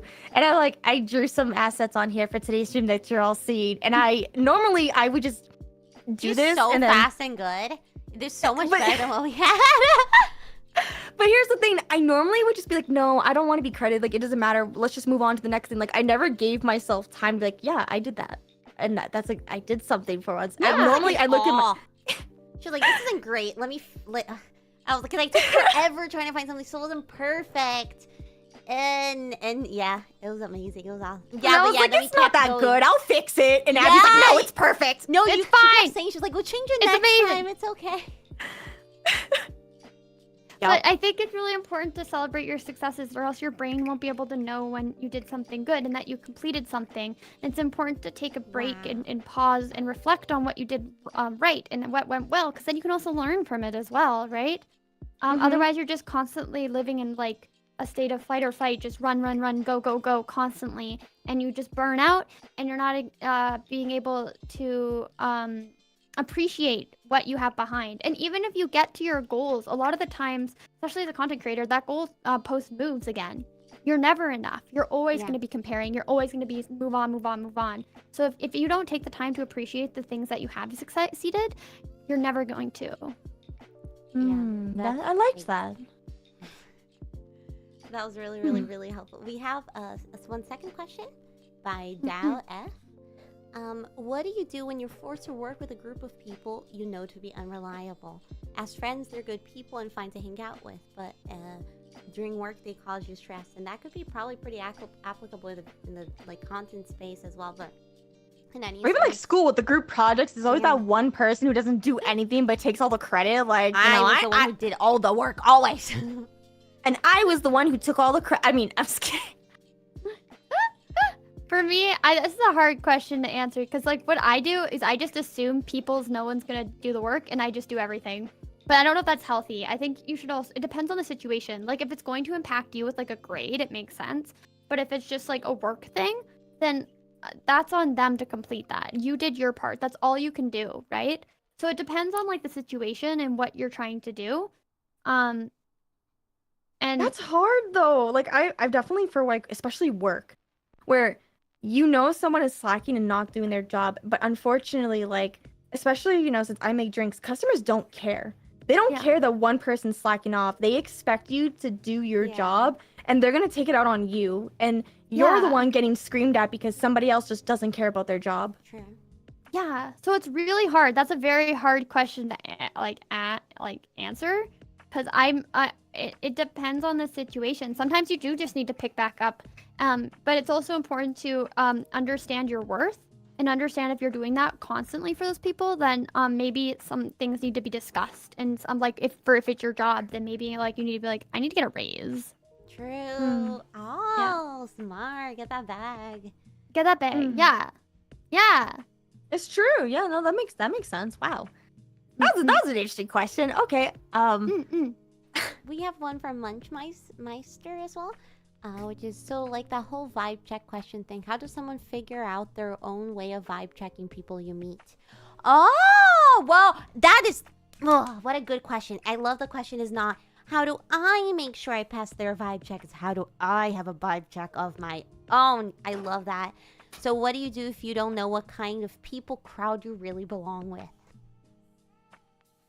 I feel like it will come naturally, right? Like if you belong with something, you won't need to feel like you're trying, and you don't need to feel like you're walking on eggshells or doing more or having to make them happy and doing things just to make them happy, or you're feeling like bad or sad. Trust your body, trust your feelings. If you're feeling sad after hanging out with them, then that's not good. If you're feeling happy and refreshed after hanging out with them, that's good. If you talk to someone and they make you feel uncomfortable, and because of they are saying things that go against your values, again, that's not a reflection that a person's a bad person. It just might not be a great fit. It's trusting yourself and trusting your feelings, and being in touch with those feelings. And I know that for men especially, I know that as of course for women as well, but mainly especially for men, it's hard to know what you're feeling because you're told to suppress it. But I think it's really important to be in touch with those feelings and understand what you're feeling, and recognize that your emotions are there to tell you something, regardless of what's happening.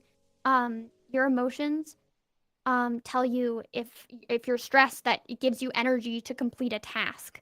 If you're angry, it's telling you that something's wrong, that you need to change, and to give you, again, energy to get out of that. If you're feeling comfort and relaxed, it means you feel comfortable and that you're safe in that environment. Your emotions tell you things, and you just need to listen to your body. And sometimes even if you don't know the name of the emotion, but you're feeling tense, you're shaking, your heart's racing, that is a feeling that your body is telling you, right? And it's learning. A lot of the time, emotions are just labels on physical feelings. So learning how to label those feelings as well, and to learn how to trust yourself. That was really, really, really, I don't know why I want to say based. Just do it. That is base. It's just very base. Skivity. Skip. Yeah, it's yeah, it's a really good answer. No, I'm like, we're both just so taken aback by that because it is such. Thanks, honey. That was like, I think a lot of people needed to hear that tonight, especially like even like me and Abby. Like I know for sure I have gotten better at listening to my vibes where sometimes like if the vibes are off, that does mean something. And it has taken just years of just bad friendships and just all this other stuff to like kind of realize, okay, I don't feel good. And that means something's going on. And like, wow, like that's just so, it's just really nice to have some acknowledgement for that. Wow, those are some banger questions. Yeah. Wow. Sometimes we're told repeatedly, you're catastrophizing. Oh, you're like overthinking, which we had questions about that. We did address that as well. But sometimes we're under listening to our intuition. Yeah, exactly. And it's about, of course, like don't take harsh actions or make assumptions about people based on that, but don't distrust your knowledge, because your body picks up on many things you can't name. And sometimes, like, depending on the people you're with and you surround yourself with, like, for instance, like, I used to think that I was, like, a really bad at conversations and I couldn't relate with anyone and that people didn't like me and blah, blah, blah. But then I found a new friend group and I realized that it was just that I didn't fit in with them. It wasn't a reflection on me. That's so good. Like, wow. Yeah, there's just a lot of things that we don't take into considerations because we're just told, no, it's definitely like we're the problem. But sometimes it's like, maybe you are, but that doesn't necessarily mean it's a bad thing, you know? Like maybe you really aren't a good fit and that's okay. There's nothing wrong with being not a fit with people, because that just means that there's other people out there that were going to make you happier. And no amount of like pressure and stuff is going to make it fit. And you don't like everybody. Like there are some people that you get vibes off for, and that's the same with other people, and that's okay. Everybody's an individual and has their own feelings and emotions, and that's what makes life great. This question really is applicable to Honey. I'm wise enough to know what I should do, but not wise enough to do it. How do I listen to my own advice? Asking for a friend. Honey, you need to answer that question. You have to listen to that. If I don't know what I love that. I don't know what that. If I knew the answer to that, I would do it. Honestly, I would. Maybe it's like a thing. Maybe it's like a. I don't need to do this because I know what I need to do, so I could. No, for me, it's like I don't make time for it, and I don't prioritize it, when I should be prioritizing it. It's also a thing that feeling like I don't need to do it, because I know what it is, that I don't need to have to actually do this. It's not applicable to me. I'm stronger than this. I can do more. I know that this is what humans need, but I am superhuman. But it's not really that. You have to make time for yourself and to do the things that are important to you, because you're the only advocate for yourself at the end of the day. No one's going to advocate for you as well as you will. Your friends and family will try, but they don't actually know what you're feeling and your emotions and what you're going through. They can relate and they can try, but at the end of the day, the only person who is going to support you and say how you feel is you. You know why? You want to know why? Because the most sexiest thing you can do for yourself is self-care. Yes! Okay, I have this one friend who, and okay, most people, I would not go up to them and say, like, you need therapy. But I was like, you need therapy. No, I was like, I'm helping you find one. And she was like, just not there. And she recently, like, became, like, so well put together. And I asked her, I was like, what happened? And she was like, I realized how I've been like working out more, and I've been doing more like competitive gymnastics is kind of what she's been doing more. And she was like, I realized how much it like hurts to get good, and feeling that in my body, the pain of everyday practicing and then the outcomes made me realize that what I felt in like my body and like developing the tricks was the same thing that would happen with my emotion, and it finally Yeah. clicked how much I have to kind of hurt to change my patterns. And I don't know Yeah. if it feels related there. Like, how do you listen to your own advice? You suffer for a little bit. Yeah. But once I think it clicks, I mean, that's just anecdotally what was my friend. So please correct me, honey, if you don't think this is. No, you're right. accurate. No, you're right. And also exercising does help. Like exercising is so good for you because it like the pain thing, like it teaches you how to suffer to get better at things, and that not all pain is bad. That pain can actually help you grow and get better. Obviously, if your body is telling you that it's painful and it hurts and that it's like not good pain, stop, because you might be like over tearing muscles. But if it's healthy pain and it actually can help you grow, and that's really true. And then also it helps with like chemically, it releases energy. It helps with anxiety and depression. Like exercise helps a lot, but it's again it helps with depression. But being able to do that is hard when you're depressed because you can't do anything. Brains are so funny. They really are, especially Yeah. since I eat mold. So I did suffer a little bit. I had a very upset stomach. now- Your immune system is stronger. Yeah, exactly. So See, eat you get mold, it. kids, is the message of extra dose. Eat mold. um, Eat mold and feel pain. some quick questions. One is, do you have advice for people who found themselves separated from friends and family but for a good reason?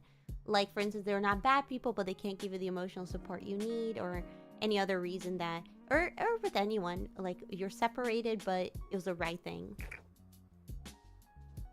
If it's what makes you happy and gives you and it makes your life better, and it's not negative impact, then that is what needed to happen for you. And it's not something wrong that you did anything wrong. You did what was best for your mental health. What about like a breakup? Like, I know the initial parts are like, oh, you feel like you should still be together, even if logically, like, you shouldn't. If it's one of those situations where it really does hurt and it feels awful, but you logically felt like it was the right move, but there's like a lot of questioning in there. Like, how do you ground yourself in that situation? It's like what you said, how like some pain is good pain, right? And it's getting through that. And it's reminding if it's in like a relationship aspect, it's reminding yourself, doing like a pros and cons list and being like, okay, what were the pros of leaving? And especially before you leave, do that, because then once you leave, you have like the rose tinted glasses on, and then you're like, maybe I should have stayed. Maybe I shouldn't have done that.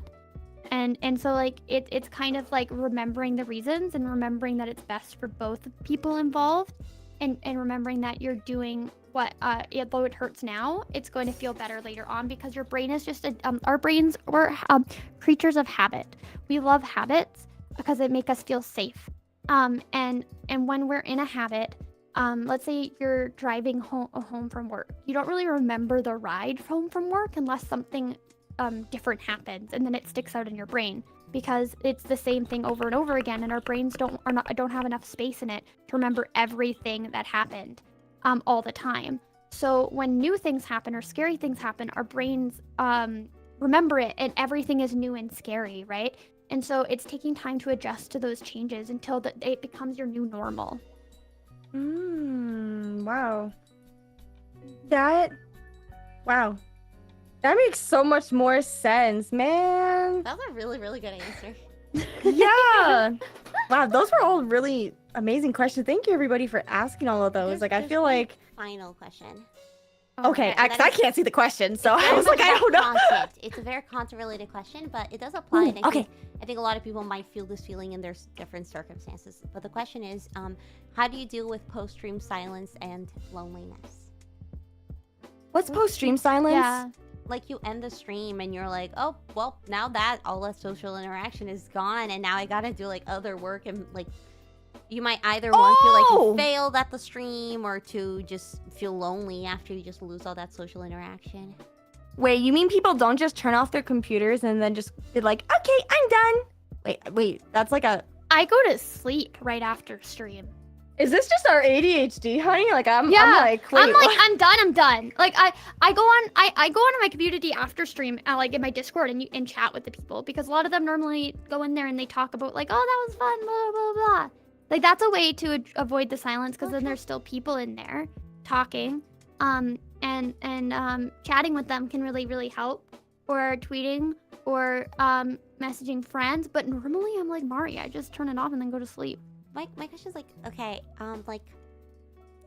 like I know there's the whole mentality in the VTubing space more so, but it's present in a lot of places of like idol mentality of like you know you don't want to be like too vulnerable because you know people don't respect you as much. Like in that situation, like how like a VTuber who's like, you know, I want to be like I'm a singer, a dancer, I want to be an idol, but I also feel really like I want to chat with like do you like if they can't be necessarily maybe on Discord as much, like what do you recommend would be like a good mechanism? Like take a melatonin and just take a nap after to reset. Like just drug yourself. No, I feel like talking to your friends or talking to your support network could really help. Abby, you can talk to me. No, it wasn't me. It wasn't my question. It was my question. Talking to your support network could really help. And Okay, the what if people you that don't have friends care about. though? I'm not. What if I you're didn't a ask the loser like question. Abby? I'm not. It wasn't me. I'm just saying this person seems like it's like they Okay, might not. Okay, so they only stream, and that is their only social interaction. And when they Yes. turn off stream, they don't go out or do anything else. Is that what you're telling Yep. me? Okay. Okay. It's this person. We just want to make I sure would like, that we're clear recommend- on this. I would recommend you seek out a community and develop connections in that community so that you can develop friendships and if able to go outside Get a life. and make touch grass. Get a life. Loser. yeah Elmer. yeah. Well, no, I mean like paper. I feel like you should develop a support network. Yo, Spooka's girlfriend in the question. Okay, I have a lot to say. I want, because the biggest thing to mental health is and being happy is to have a community. We've gotten this far as human beings because of a community. We wouldn't have been able to build houses or have roads or anything like that if it wasn't for the community. And so it's very, very important for us as human beings to be healthy, to have connections, because that is what allows us to survive. So if you do not have connections, you should listen to our previous suggestions about developing connections that I talked about earlier.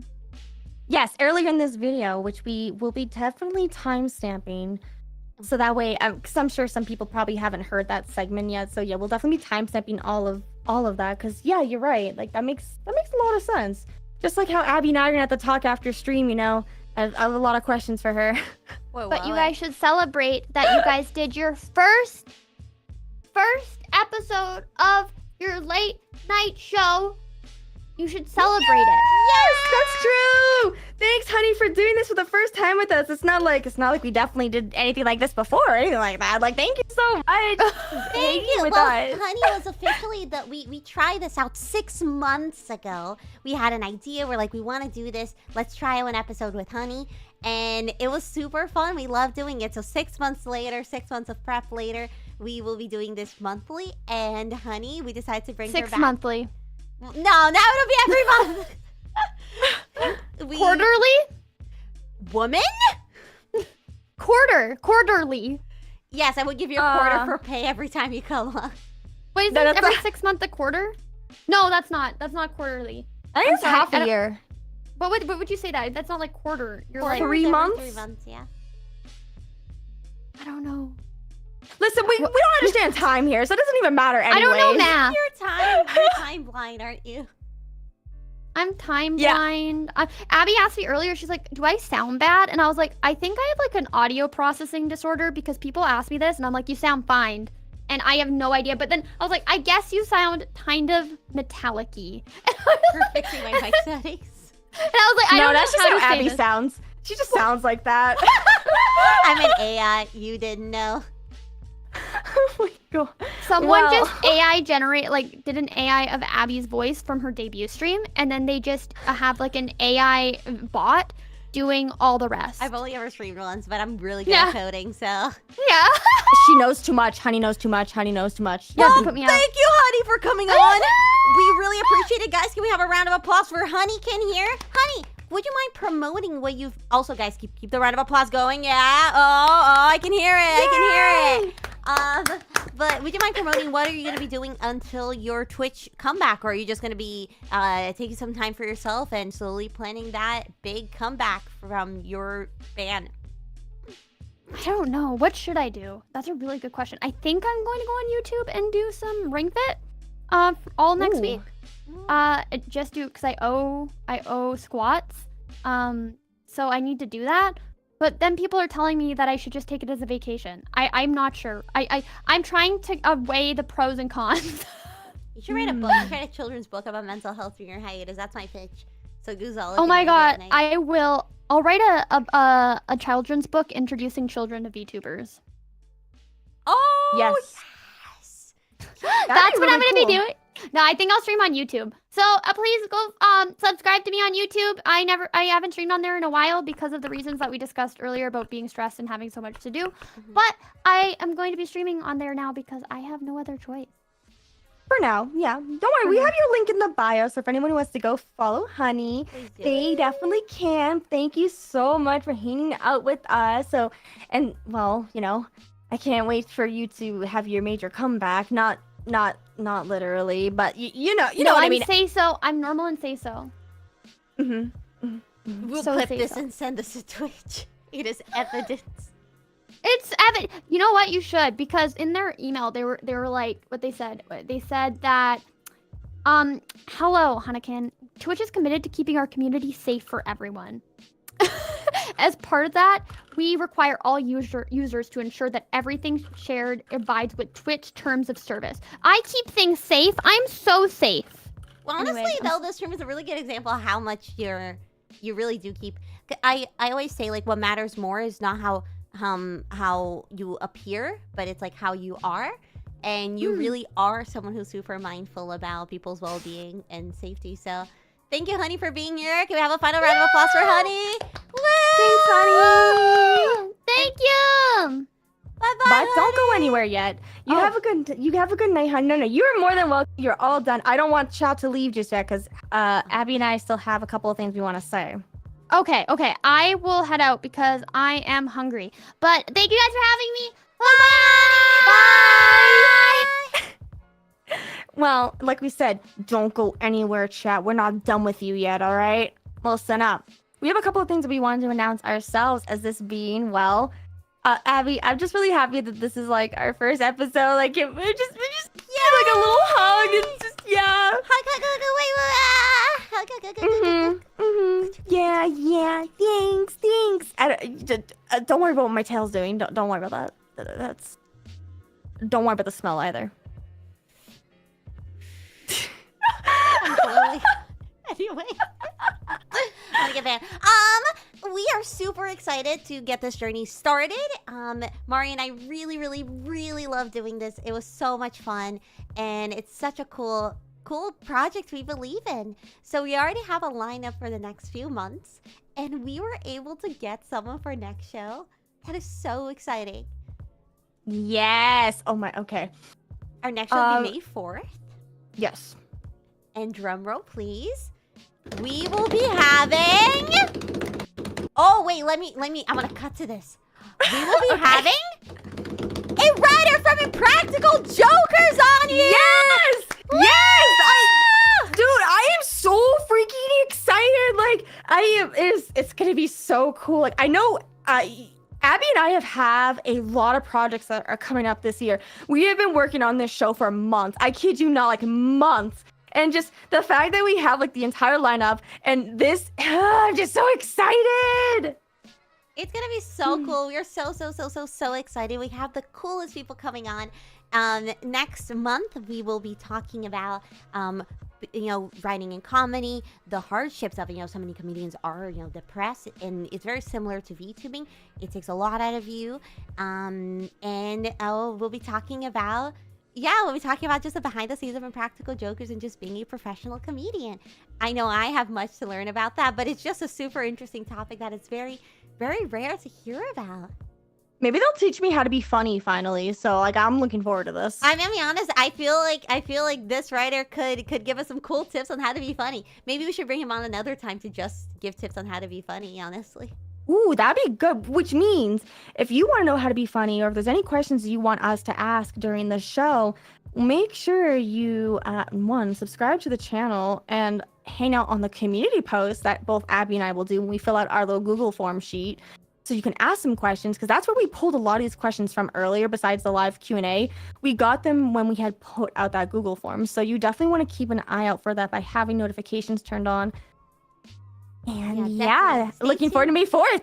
If you enjoy this, please send it to your friends. Let them know about the show. We are super passionate. We think it's a really cool opportunity to bring more people from different walks of life and more information to the VTubing space. So please make sure to like, subscribe, comment, share, and engage, and let us know how we can best serve you with this show. Thank you guys for being here, and a round of applause for my co-host, Mariume! Thank you! And now you deserve a round of applause, too. I'm very... All of us. Well, all right, Abby. I guess it's time, right? It's time for us to, yeah. Would you like to talk about any upcoming projects before we finish this?